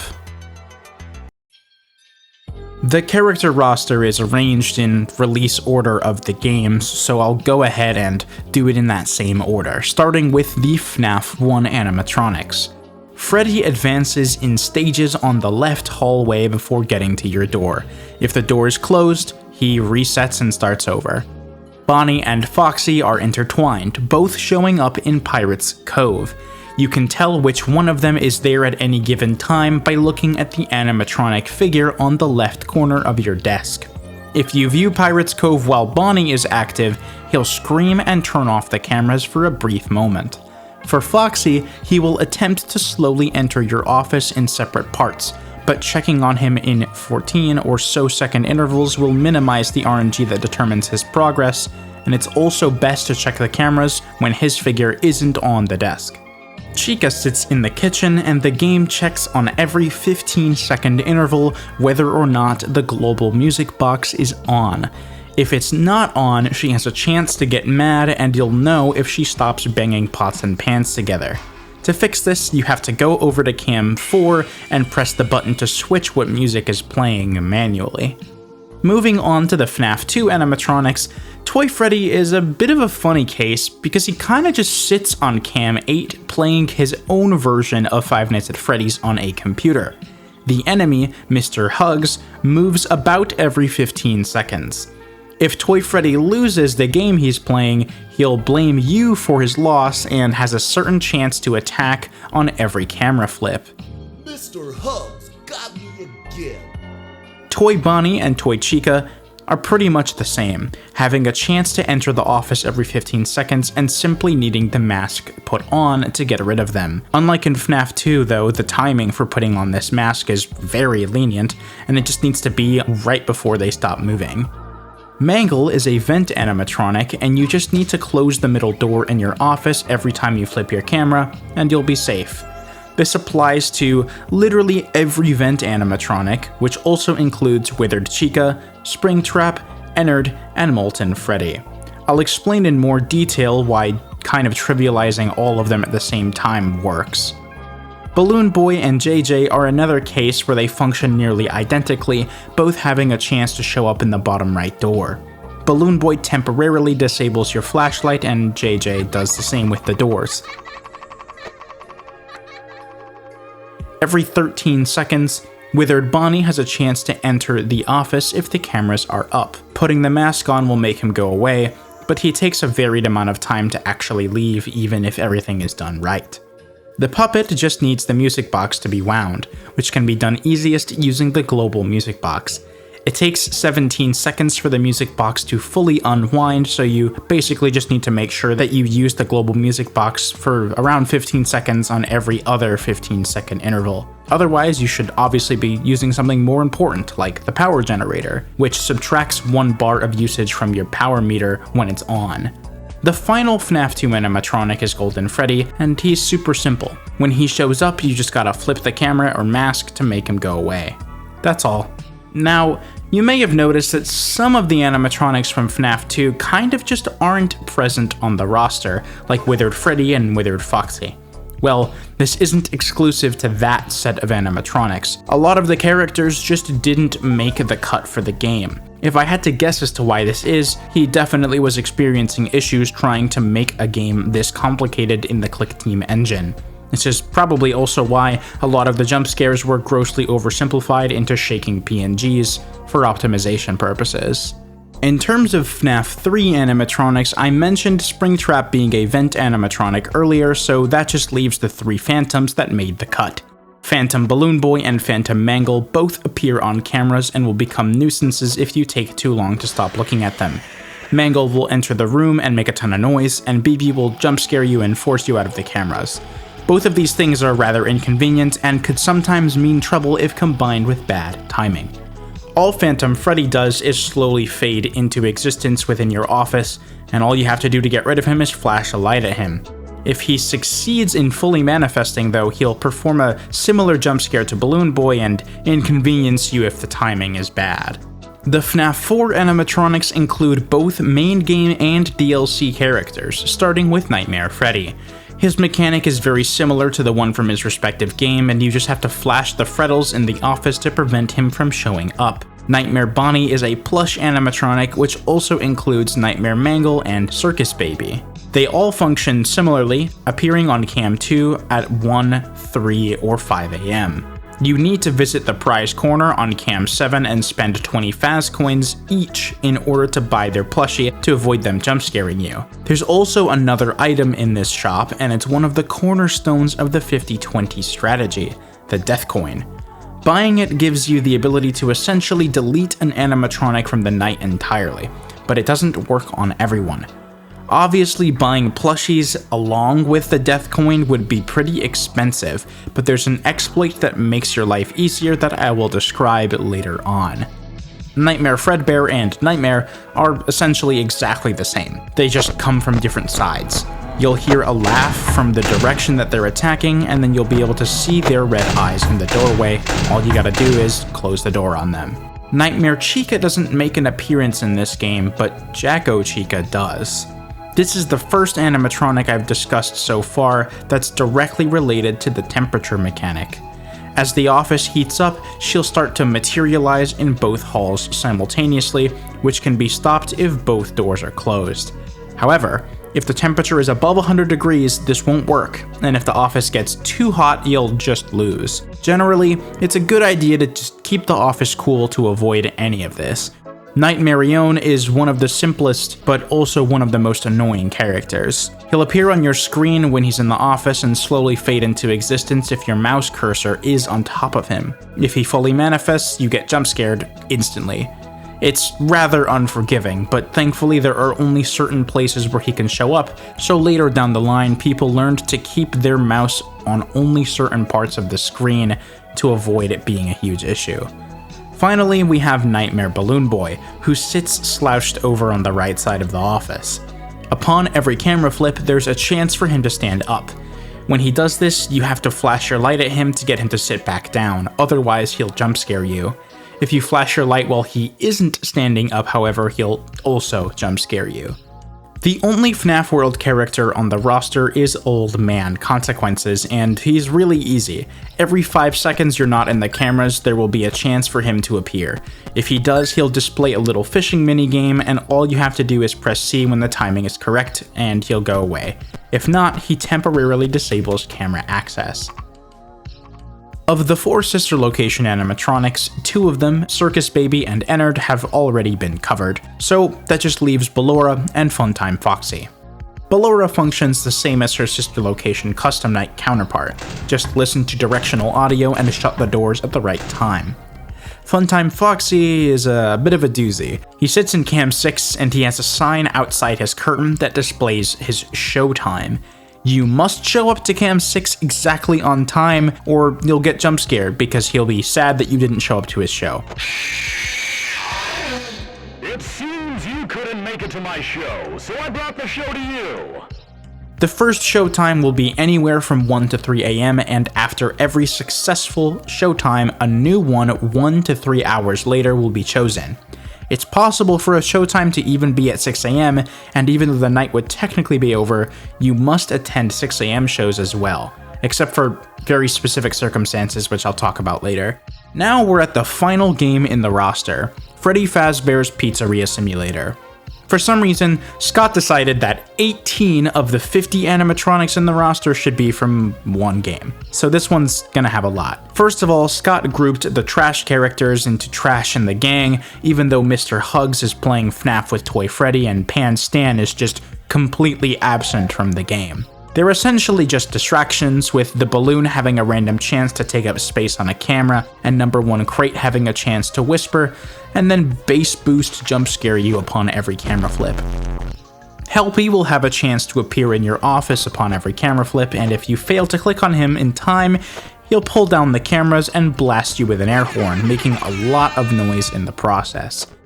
Everyone in the mediocre melodies is a duct animatronic. The ducts have 2 exits and only one can be closed at any given time. People realized that placing an audio lure on the left side here with that side open is generally the best procedure, but each of them have slightly different behaviors, with Happy Frog and Orville being the main outliers. Generally, you want to use the heater to keep them all away from the exit, but this doesn't work on Happy Frog. Similarly, Orville is usually unaffected by the audio lure, so both of them basically need to be managed in slightly different ways. Rockstar Freddy stands idle on the right side of your office for the whole night, and upon every camera flip, he has a chance of starting to ask for 5 Faz coins. If you take too long, he will jump scare you. There is thankfully an alternative way to deal with him though. Using the heater will cause him to glitch out and you won't have to pay. However, this has the consequence of wasting power, both during the use of the heater and when you need to cool the room back down afterwards. Rockstar Bonnie will appear in your room kind of randomly, and you'll need to search through cams 1, 2, 6, and 8 for his guitar, which will be sitting on the left side of the screen. If you fail to find it fast enough, you'll get jump scared.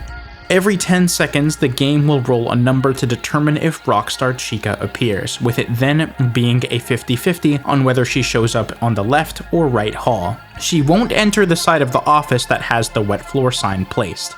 Rockstar Foxy is a bit of a strange case, because he actually shows up even if you don't have him activated in the roster menu. Every minute, there's a chance for his bird to appear on the left side of the office. If you click on the bird, Rockstar Foxy shows up and offers several outcomes depending on RNG. In the worst case scenario, he jump scares you, but most of the time he'll offer 4 buffs from which you can choose 1. Next we have Music Man, who's sensitive to the noise level in your office. If there's too much noise happening for too long, he'll start playing cymbals, which progressively get faster until eventually he gets fed up and he jump scares you. El Chip isn't actually present as an animatronic, but instead has a chance to play an ad that covers your screen every 10 seconds. All you have to do to get rid of it is press enter or click the prompt. Funtime Chica has a chance to appear every 35 seconds with a flash and some dialogue. Like El Chip, she's kind of just a surface level distraction. I talked about Molten Freddy being a vent animatronic a while ago, so I'll move on to Scrap Baby. She doesn't initially start in the office, but she has a chance to show up every 5 seconds the monitor is up. She acts the same as she does in the scrap sections of Pizzeria Simulator, and every 5 seconds she has a chance to progress. All you have to do is shock her to prevent this, in which case she will disappear on the next camera flip and never show up for the rest of the night. Scrap Trap, or Afton, has a chance to appear every 29 seconds. Marked by a loud sound, plus the office lights flickering. As long as you react quickly enough by closing the side vent, you'll be safe, and he only shows up once a night. Lefty sits in cam 3 and becomes agitated by both noise and heat. He has a stat that determines his level of irritation, and he'll progress through multiple stages until eventually jump scaring you if you don't manage these resources. He can be calmed down with the global music box though, which decreases his irritation by 1 every frame it's active. Finally, last but certainly not least, we have Phone Guy, who literally just has a chance to call you every 20 seconds and you have to press a mute button, and if you don't, one of his phone calls will play and it elevates the noise level for like a minute, so kinda just don't let him do that. And that, my friends, is a brief explanation of all 50 characters in Ultimate Custom Night. Is what I would say if I weren't lying, because there's actually more. So the obvious one is Dee Dee. She's a character from FNAF World that has a 10% chance to appear every hour, singing a tune and then proceeding to add 1 of 22 animatronics from the main roster arbitrarily picked on a list.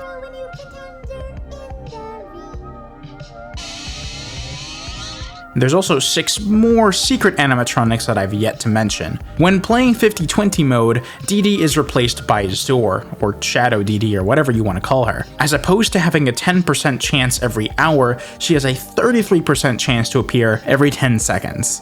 Once she does appear, she will add 6 more secret animatronics at an AI level of 10. So in actuality, the true maximum score of Ultimate Custom Night is not 10,000, it's 10,600. Now that we've got all that out of the way, we can finish this section off with me describing all of the secret animatronics. First off, we have RWQ FASFXC, or Shadow Bonnie, everyone just says Shadow Bonnie, who appears randomly during the night and causes your office to turn pitch black for 10 seconds. There's no way to avoid him, but thankfully he'll only appear once a night. After that, we've got Plush Trap, who sits at Funtime Foxy's stage. If he's sitting on the chair, you have to watch him until he goes away, otherwise he'll jump scare you.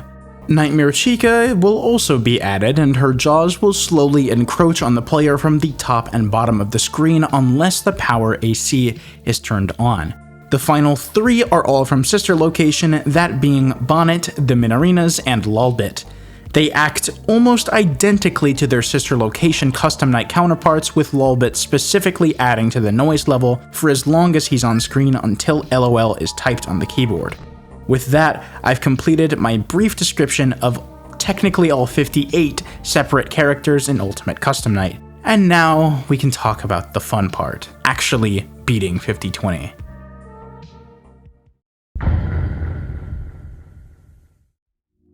Now, as I said at the beginning of the video, Five Nights at Freddy's is a very popular game, and that being said, there are countless people who were gunning to be the first victor of 5020 mode after the game came out. However, for the purpose of this video, I'm going to be focusing on the first 3 people who managed to beat the challenge: DJ Sturf, Dako, and Rameri.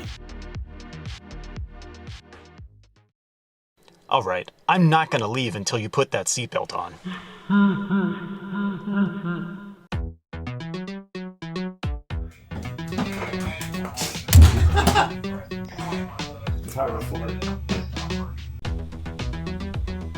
Yes!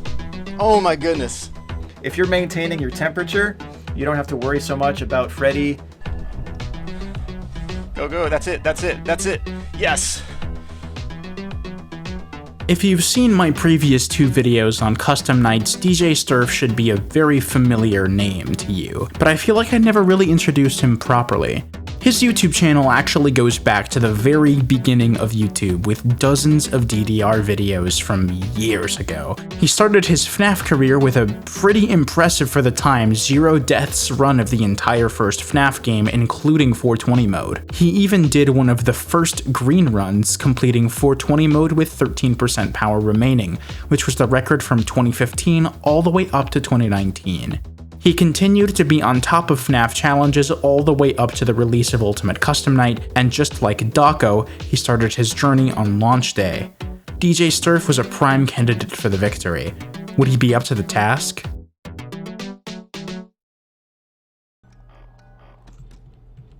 Oh! The paper plate! What is going on, guys? Dorko back again, and finally Scott has posted a new teaser on his website, and it says guess who? Jesus Christ, another teaser! Look at it! It's freaking Chica, guys.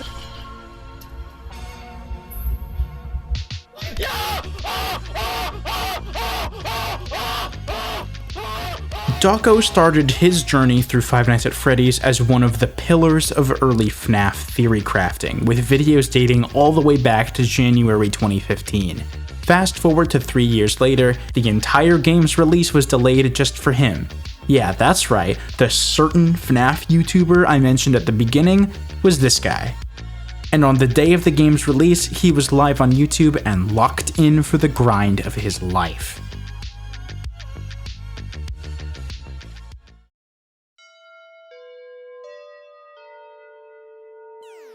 Finally, we've got Rameri, who's sort of a wild card in this whole discussion. She isn't a famous FNAF YouTuber or someone who is already well known for being skilled in FNAF challenges. Her online presence before playing Ultimate Custom Night, as far as I can find, was just making music. Looking at just the uploads, you wouldn't be able to tell this channel had anything to do with Five Nights at Freddy's at any point in time. If we take a look at the live tab though, damn, okay. With the introductions out of the way, let's go back and start from the beginning. On day 1, people were mainly interested in using the easiest animatronics to achieve high scores. This was pretty easy to do since some of the characters are just way more obnoxious than others. After just a few hours into his first UCN stream, Dako was already aiming for a 6,000 point run utilizing this setup.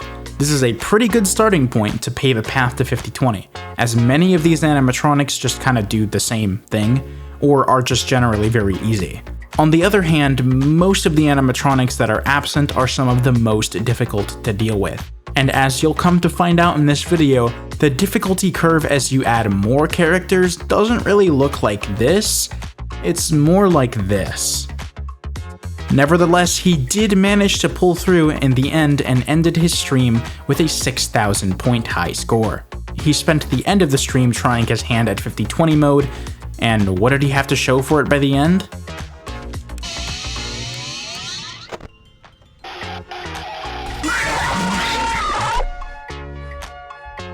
Hey!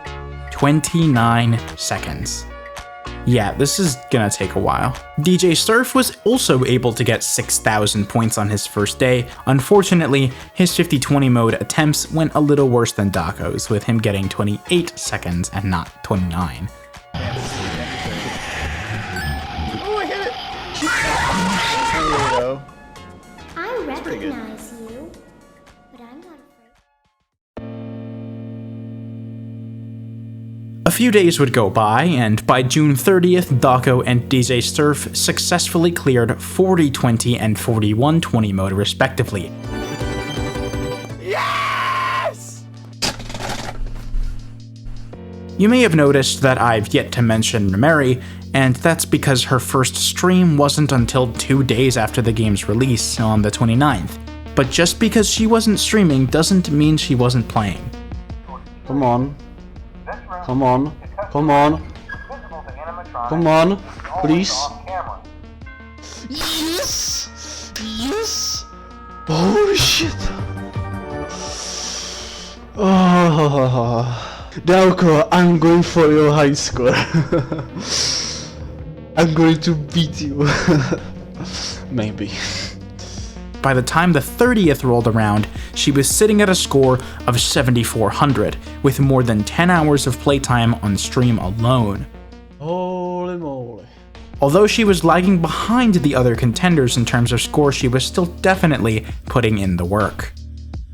If we take a closer look at DJ Surf's completion, thanks to a screw-up with his Blue Yeti, we actually get to see some text that goes in depth into the strategy that he was using at the time, since he didn't get to talk out loud. Once you get into the really hard stuff of UCN, you start to realize that the beginning of the night is kind of the hardest part. You have to set up a bunch of stuff right away, like the audio lures, and the ducts, the snare, and the vents, the wet floor sign, and more intricate stuff involving systems like the power generator and cycles that you have to keep track of in your head. It's ridiculous. He also cites a strategy from a user named SonicYay2 that involves the door and vent animatronics, which I partially described earlier. Office stalling. Basically, most characters can't actually attack you while you're in the office until some kind of disturbance is made, be it the ventilation making your vision go dark or the camera being flipped. So time spent in the office is generally much safer. And cam stalling happens when you're watching certain animatronics on the cameras, but they can't actually move because you're actively looking at them. Let's use Rockstar Chica as an example. She doesn't enter on whatever side the wet floor sign is on, right? So if you were to select the camera watching the opposite hall, it would literally be impossible for her to get in because you're either actively watching her, cam stalling, or in the office so she can't attack, office stalling. These two strategies would be integral in developing a working method for beating 50-20 mode, and they'd basically be the basis of every route going forward. 50-20 mode was finally seeming a little more doable.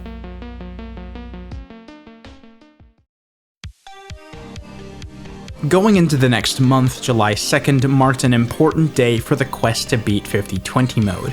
Dako and DJ Surf both broke the 9,000 score barrier, beating 46 and 47-20 mode respectively.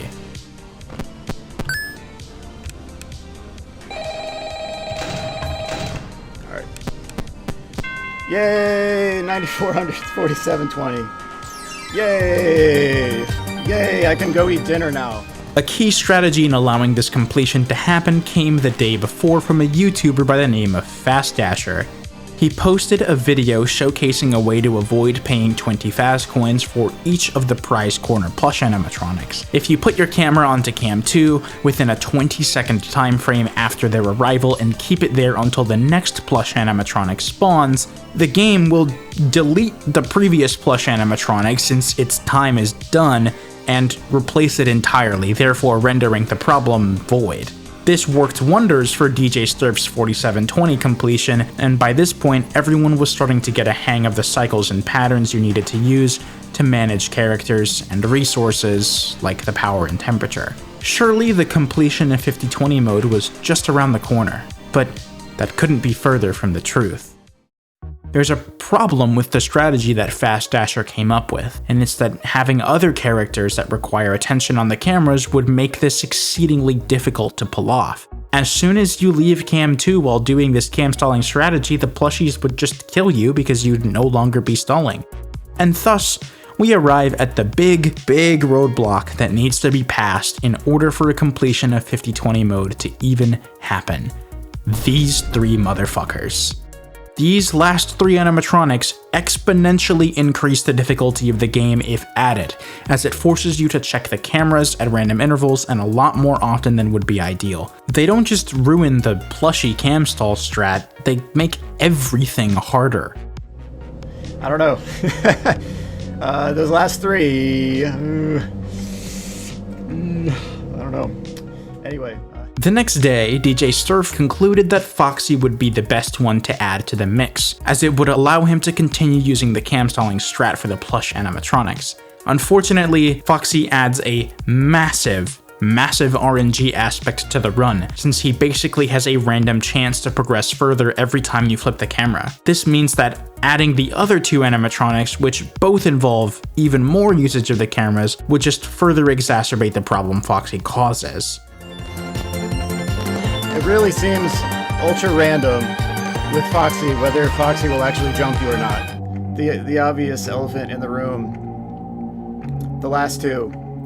You gotta pull away from Cam 2 to go to Funtime Foxy. You gotta play that game with Toy Freddy. In the description, DJ Sturf describes how he's played for over 22 hours since the game has released, and that it's been a very stressful 22 hours. As July 4th rolled around, Dawko was also putting in a lot of hours trying to beat 4820 mode, with his streams already adding up to over 30 hours of playtime.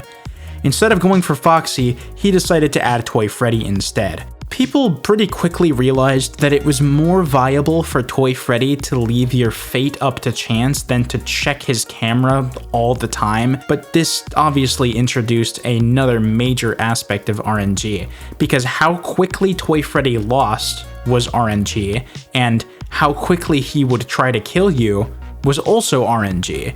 You could office stall him, but every time you flipped the camera up to reset the ventilation or do anything else, you'd basically just risk a chance of dying to either Foxy or Toy Freddy. It was really annoying.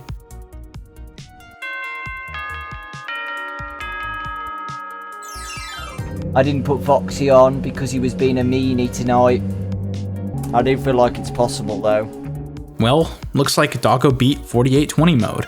He was only an hour and a half into his stream, so he decided that logically the next step was for him to go straight to 4920 mode, leaving out Funtime Foxy and finally getting to the penultimate step of this massive journey. And how did that turn out for him?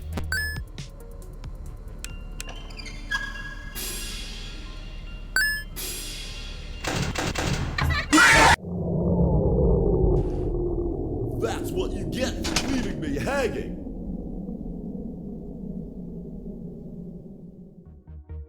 Now, in the meantime, you might have noticed that Romeri kinda hasn't been present for a while. What was going on with her during all this?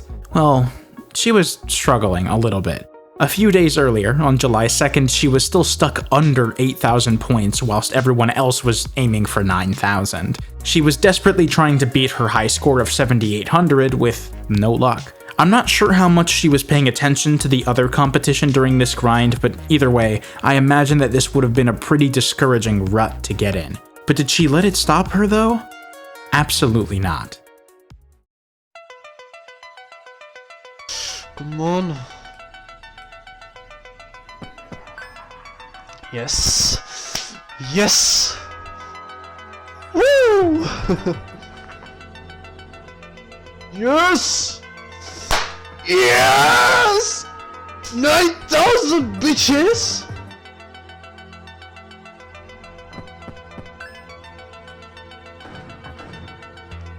Oh.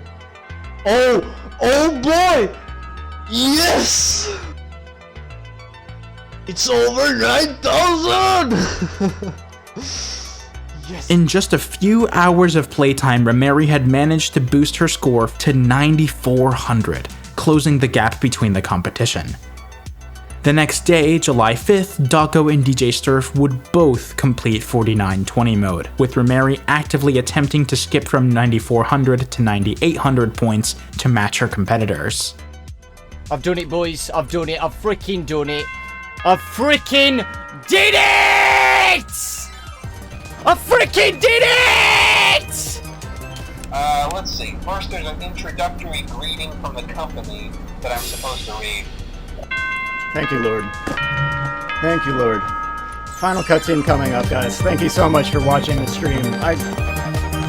Wow, just thank you, Lord. Everyone was having a really hard time dealing with the added RNG that came from Foxy, but everyone universally agreed that Funtime Foxy was the most annoying final animatronic to add, so they just had to suck it up. Except, they didn't. Earlier, I brought up the really interesting thing that you can buy from the prize corner, the Death Coin. The Death Coin can only be used on certain characters, but thankfully it works on Funtime Foxy. By doing this, you can continue to keep camera usage to a minimum and still use the plush animatronic cam stalling strat. Obviously, the elephant in the room is still Toy Freddy and Foxy. Toy Freddy can basically be ignored. Once Toy Freddy actually loses, he gets angered and has a 10% chance on every 0.5 second interval to attack once the monitor is flipped. This, combined with a number of other factors such as Foxy's progression, is the reason why the cameras are used so sparingly in higher difficulty challenges within UCN. This strategy is what allowed a 50-20 mode completion to go from a pipe dream to an actual, tangible possibility. Keeping all of this in mind, I want to show you all something interesting that happened to Dawko that day. About an hour after he completed 4920 mode, he was already going all in on 5020 mode attempts. It was the beginning of the end. Nearly 4 hours into his stream, he got on this run.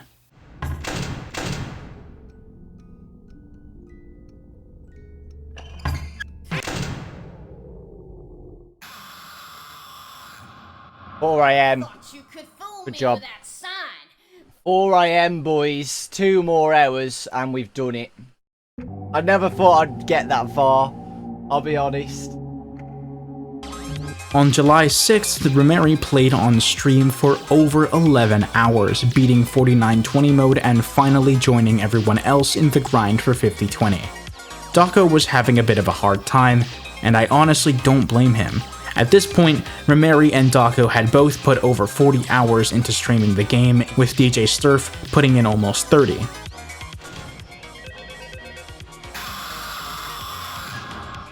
Four seconds off 5 AM. DJ Sturf really couldn't afford to be putting so much time into this stressful endeavor, which is why, on July 7th, he decided to take a break for his health, and thank God that he did. Ultimate Custom Night, I'm planning to go back and beat 5020 mode.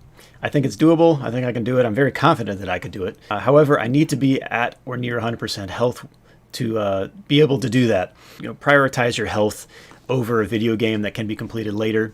That's much more important. Take care of yourself. And again, it's been 26 to 27 hours of just nonstop stress in the game, and then strategizing, thinking, what can I sub out, everything. It's been crazy. But it's been fun. I'm going to look back on this and look back and be like, it was pretty fun. So, all right. I'll check you next time. The end. In other news, Rameri had managed to get to 5 AM on 5020 mode, 2 hours and 39 minutes into their stream.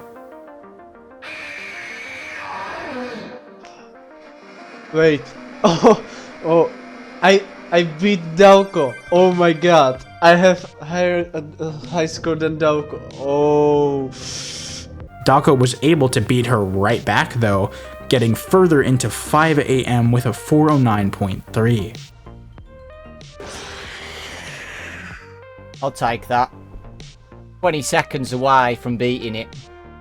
I'm not sure if these streams were happening simultaneously, but this back and forth was definitely still crazy, and it marked the final steps towards the goal of defeating 50-20 mode. Dawko was definitely nearing his wit's end though, as after 4 hours straight of playing this agonizingly difficult challenge, he just couldn't continue. I'm done, boys. Sorry. I can't do it. We'll try again tomorrow. If I wake up and somebody random beats it, congratulations. Take care, guys. Lots of love. Thanks for watching. I'm gonna go die now. Bye. And with that, Dawko's stream ended. But Remari's did not.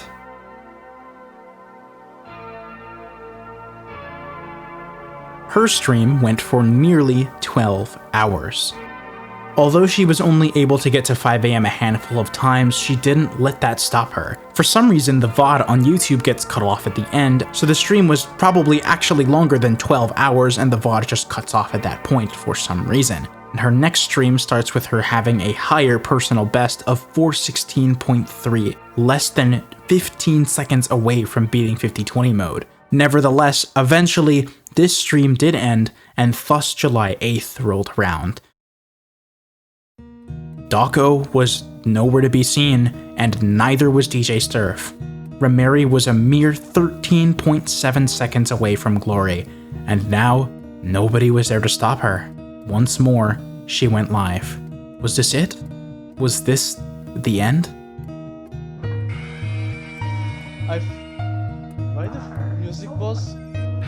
No! What? Why? Oh my god! God damn it.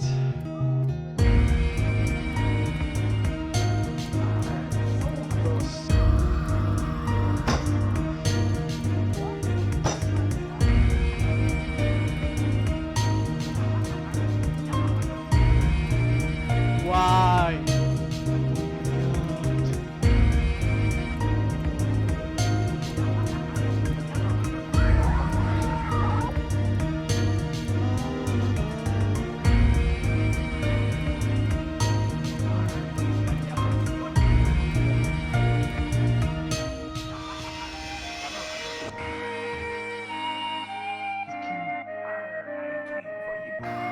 No! No! What? No, I forgot.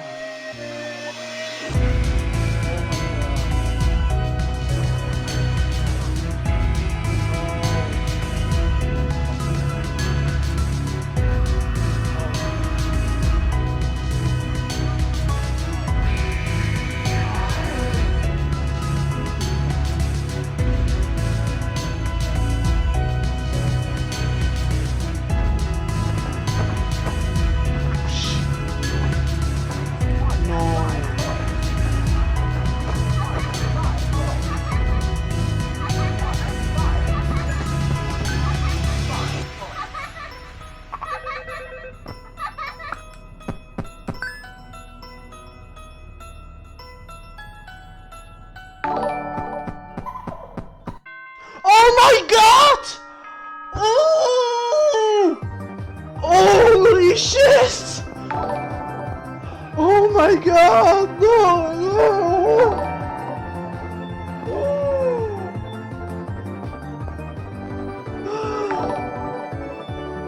Oh my god! No! Oh my god! After 63 hours, 46 minutes, and 12 seconds of streaming, 50-20 mode in Five Nights at Freddy's Ultimate Custom Night was finally conquered by Remari. And of course, let's not forget about our runner-ups who also put in a tremendous amount of work to realize their goal. On July 12th, both DJ Sturf and Dawko, having taken small breaks away from the stress, also successfully completed 50-20 mode. Oh my gosh, thank you, Lord.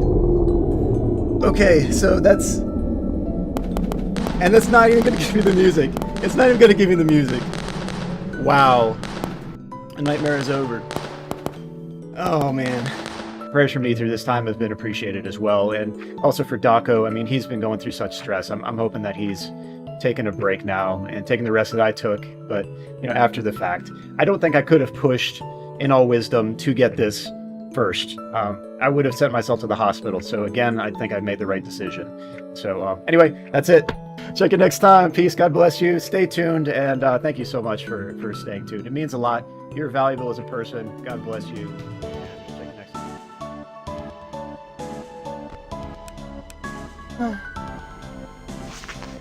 Oh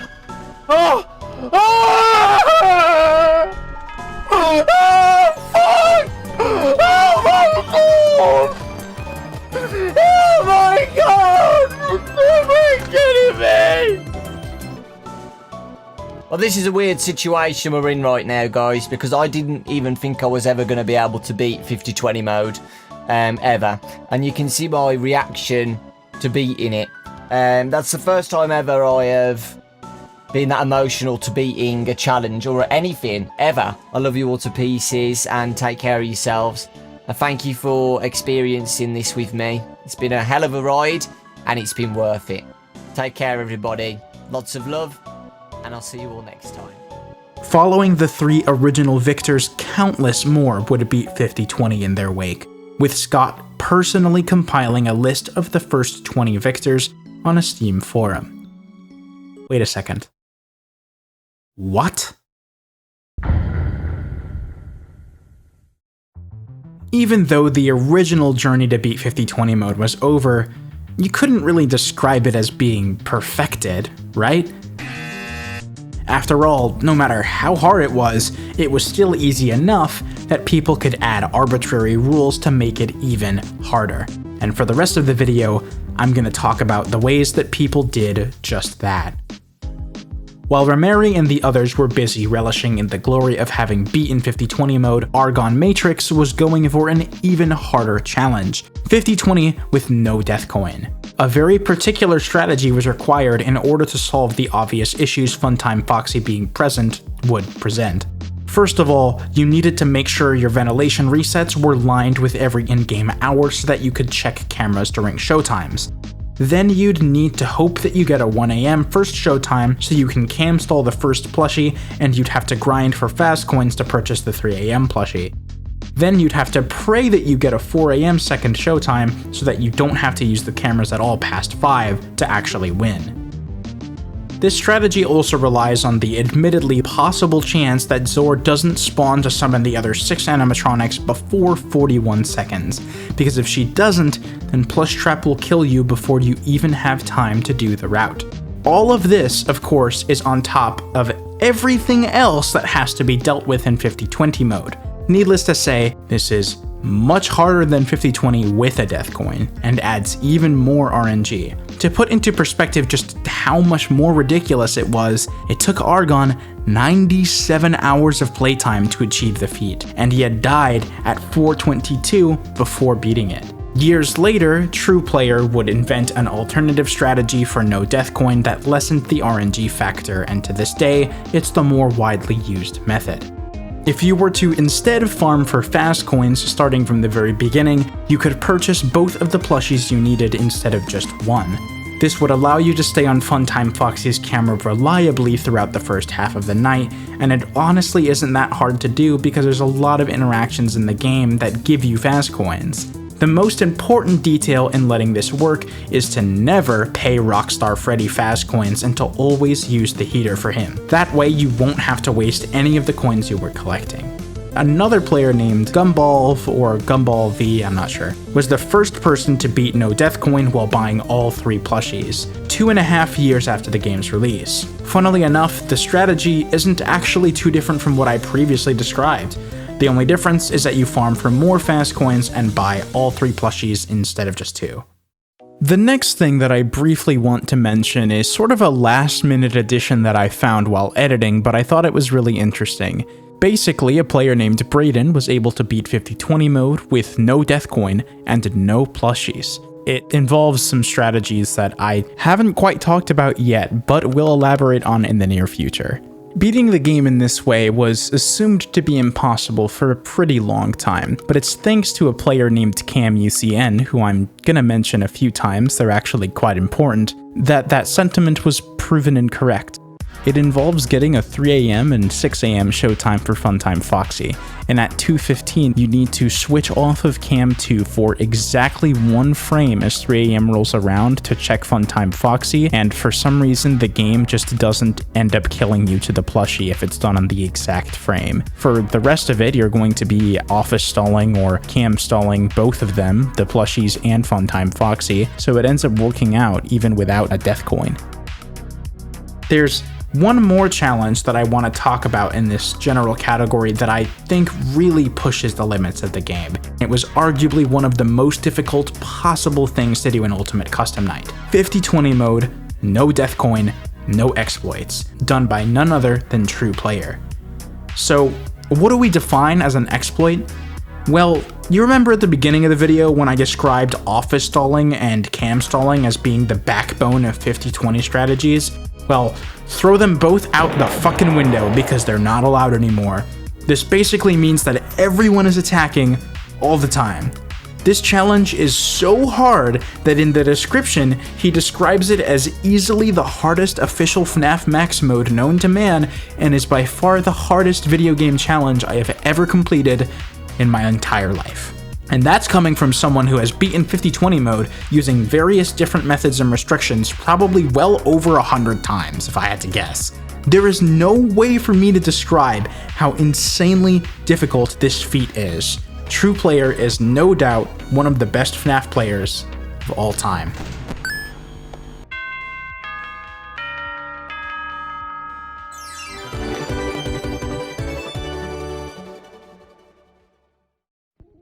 There's a lot of other miscellaneous 50-20 mode runs that exist, like beating it 9 times in a row, beating it with no sound, beating it at 175% speed, beating it with all plushies, no death coin, and no power generator? Jesus. Okay, but the list goes on. There's a whole other category of challenge that people love to do in basically every Five Nights at Freddy's game, though. Green runs. I briefly mentioned it earlier, but a green run is essentially just trying to beat a certain night or challenge with as much power left as possible. You have to further optimize your gameplay for what already needed to be pretty optimized because it's 50-20 mode. I talked about all manner of green runs in my previous Custom Night videos, but none of these green runs were nearly as insane as the ones in Ultimate Custom Night. I mean, how much power could you possibly beat 50-20 mode with? Well, let's find out. The first known Ultimate Custom Night green run for 50-20 mode is Gunball's 26% run from October 17th, 2020. 26%. Insete é um outro nível, né? 26%. About half a week after this run, the familiar DJ Surf accomplished a 30% green run on the 22nd. A lot of the power in 50-20 mode was wasted shining the flashlight at Phantom Freddy, who you obviously wouldn't want jump scaring you since doing that would force an animatronic that was being office stalled into the room. At least, that's what people thought. It turns out, when Phantom Freddy jump scares you, he won't show up again for a pretty long time. So naturally, if you were to just close the necessary doors the instant before he briefly incapacitates you, you'd save a lot of power you'd otherwise burn beaming him with your flashlight. And I got 30! Yes! Yes, yeah, ha ha ha ha! 30%! No power-ups, 30%, that is so nuts, oh man. With some minor optimizations, such as not fumbling with Toy Freddy at the beginning, he was able to further improve his own record up to 32%. 32! Okay! Alright. Oh man, okay, that's nice. 32, that was a pretty good run. Well, that run was pretty solid. I bet nobody's beating it by much anytime soon. Alright, it's finally time for the part of the video where I talk about Shooter25, one of the best FNAF players of all time. The day after DJ Sturf's solid 32% run, he improved the record by a whole 6%. How was such a massive improvement made so quickly? Well, DJ Sturf spent a really long time in the cameras, whereas Shooter went through them pretty quickly, especially at the beginning. This resulted in him getting the necessary fast coins for the death coin through forced door interactions and not as much through finding them in the cameras like Sturf did. These tiny optimizations are the key thing that separated Shooter25 and DJ Sturf. And you know the funniest part? Shooter beat himself by 2% the next day. What a fucking maniac. Next you're gonna tell me he used a completely different route to save 20% more power.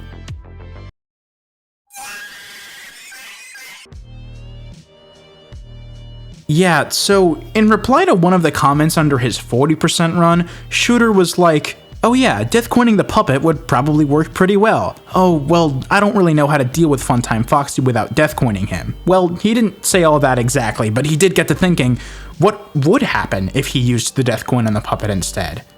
Well, the global music box, the main source of power drainage in 5020, now only needed to be used for Chica.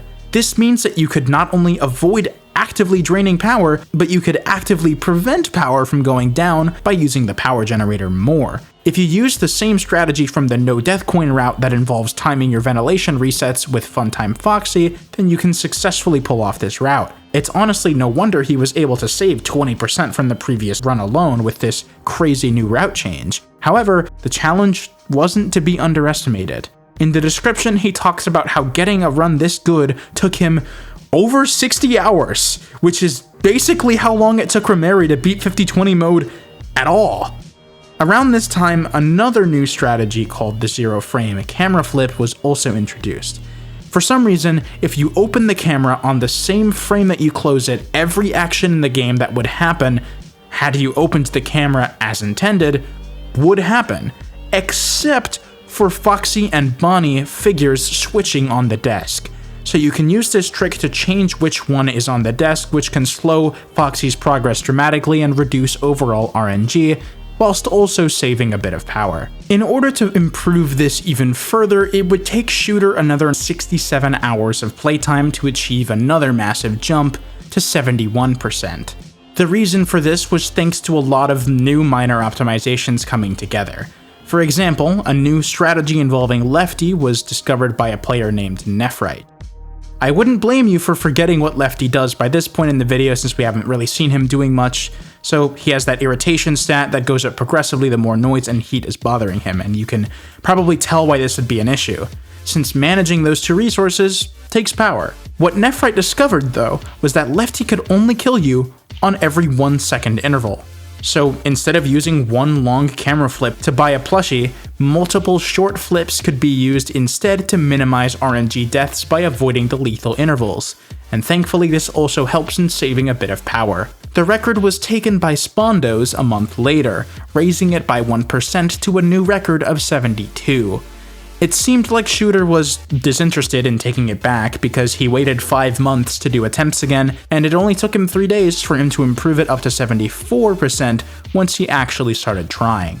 Between his 71 and 74% runs, a new strategy for the beginning of all 5020 runs called Segmented Night Setup was introduced. If you compare these two runs, you can see that it's pretty much exactly what it sounds like. The setup at the beginning is segmented between shorter camera flips that save power as opposed to spending more time on the cameras. In the description, he said that he definitely could have gotten 75%, but getting 80% would require a perfect run and perfect RNG, and is pretty much a completely unrealistic thing to hope for. At this point, everything was so optimized that in order to take it any further, you'd need to really think outside the box and come up with new ways to do things that have been established for a long time. I thought this was the part where it cuts away to a new strategy. Why hasn't it happened yet? On May 9th, 2022, two players known as Cam UCN and Ruby discovered a downright ridiculous new strategy. The entire time, we were still using cam stalling for the plushies on Cam 2 and having to click off of that camera during showtimes for Funtime Foxy, which was complicated, and for a long time this seemed like the only possible way of doing things if you weren't deathcoining Funtime Foxy. But in reality, there was a secret third option, the FPI or Frame Perfect Input strat.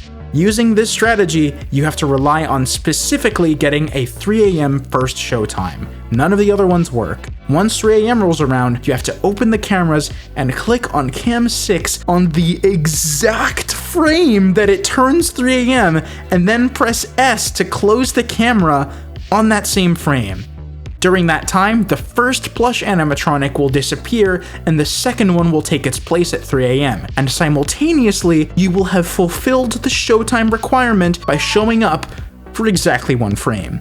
Afterwards, you then have to switch back to Cam 2 to continue cam stalling the future plush animatronics. If you've done it correctly, then congratulations! You've just made it past the part where over 90% of your runs will die due to the sheer mechanical difficulty of the trick. Even if you do all of that correctly, there's only a 1 in 3 chance of getting a 6 AM showtime, which you need. If that doesn't happen, it's rendered meaningless, and you have to start all over again. Then, even after all of that, you have to switch your camera back to 6 just after 5 AM so that you can office stall Funtime Foxy without having to show up to his showtime at 6 AM. This is the absurd difficulty that Ultimate Custom Night has come to. And using this strategy, Shooter was able to break the final 20% barrier and beat 50-20 mode with 80% power remaining. A truly amazing feat that even he compared to playing like a TAS. I'm not Freddy, okay. I know.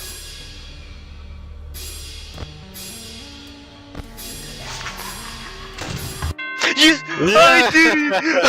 Let's go! I did it! You just I got everyone! Oh my god, I did it! Oh my god! Oh my god, tell everyone! Tell everyone! Tell everyone! Oh my god! Oh my god. 80.28. There was another good player who was up to the task, despite how ridiculously difficult it had become. The YouTuber named Spondos that I mentioned a little earlier, by just being a little bit better all around, was able to push it up by 1% on June 26, 2022. In July, Spondos theorized that a different route might be better than using FPI at 3 AM, but for a reason he doesn't even know himself, he waited over a year to actually try executing it.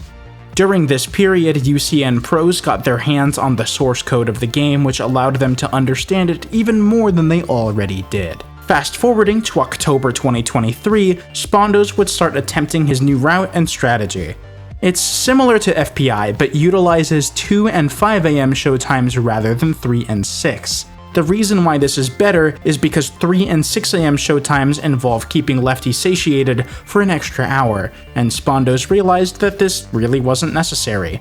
It utilizes a different type of frame perfect input, where rather than clicking off of Cam 2 to Cam 6 on the exact frame of the showtime, you instead click on Cam 6 on the exact frame you close the camera at around 3 minutes and 44 seconds. Normally clicking off of Cam 2 at this interval would kill you because you're no longer cam stalling, but because you exit the camera on the same frame you leave Cam 2, the game just doesn't punish you.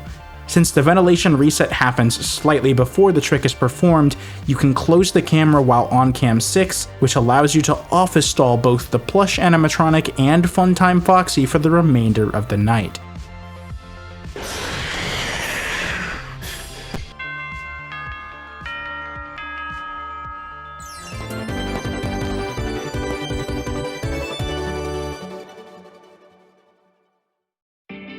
Now I know a few of you started thinking earlier after I mentioned Shooter's task comment. What would a task green run look like? Well, guess what? Shooter went ahead and made one, and it is insane. For the uninitiated, TAS stands for Tool Assisted Speedrun. In this instance, it's not really a speedrun, so maybe TAG is more appropriate. Basically, it allows for the manipulation of RNG and the ability to place inputs with frame-precise accuracy or just slow down your own gameplay tremendously to painstakingly create a theoretically perfect version of gameplay. You want to know a fun fact? There are a lot of characters in this game that just don't do anything to you given you have perfect RNG. Some characters don't spawn at all. Do you remember Rockstar Foxy and his bird? Yeah, with perfect RNG, you can just get mini buffs throughout the night that save you even more power. Soundproof is the one that's chosen specifically so you can make as much noise with the power generator without making Music Man upset as you want. Oh, what about Lefty, you might be wondering. Guess what? With perfect RNG, he doesn't care what you do. You could throw him into a blast furnace and play an air horn into his ear and nothing would happen as long as you were having an exceptionally lucky day. You want to know what else happens in this task? Zor doesn't spawn. At all. Which means in turn, the other 6 bonus animatronics don't spawn either. The chances of this happening are 1 in 131,072! Bro, what? The final power value is 98.04%, which means only 1.96% power was lost for the entire night. And that, my friends, is perfection. But it isn't human perfection. It's just a task. All this time we've been talking about Ultimate Custom Night, but in reality, this game is not nearly as hard as it could be. I feel like I've made that pretty clear with how many of these ridiculous challenges people have managed to do. There is a website though, a compiled list of the hardest challenges that the FNAF community has to offer, known as the Max Mode list. On this Max Mode list, the original base 5020 mode is placed as the 73rd hardest challenge. 73rd! What lies at the pinnacle of this list? What is so much harder than 5020 mode that it's 73 places above it? What is perfection? Allow me to introduce to you Ultimate Custom Night Deluxe. Ultimate Custom Night Deluxe is a fan mod of Ultimate Custom Night created by Nephrite, who I mentioned earlier, and it's not the only mod that exists for high-level UCN players, but it's the one that I want to give the special focus to here. The goal of the mod is to rework the game into a form that takes relative difficulty and community input into account, as well as removing all exploits that weren't intended by Scott Cawthon, like stalling. The puppet needs to be manually wound, every plushie needs to be bought, the night length was increased to 6 minutes, and, in general, many characters that were previously pushovers or easily cheesed have been corrected, and overall, the game has been made so difficult that even beating the normal 50-20 on this is significantly harder than no death coin, no exploits in the original. Of course, that didn't stop people from beating it anyways. People did green runs, and people even beat that with no death coin, which is currently the 4th hardest challenge on the max mode list. But if UCN Deluxe no death coin sits at number 4, then that begs the question, what's number 1? Well, to answer that question, you need to understand that no matter how hard something is, it's usually not hard enough for at least one person. So an entirely new challenge was created. Harder than 50-20, harder than no death coin, harder than no exploits, harder than anything the Five Nights at Freddy's community had ever seen before. Hopeless Pursuit. A super buffed version of Deluxe's 50-20 no death coin. You might remember me mentioning the player Cam UCN a few times in the video who helped to discover the FPI strat along with Ruby. She was going to try and beat Hopeless Pursuit. She was going to try to beat the hardest challenge in FNAF history.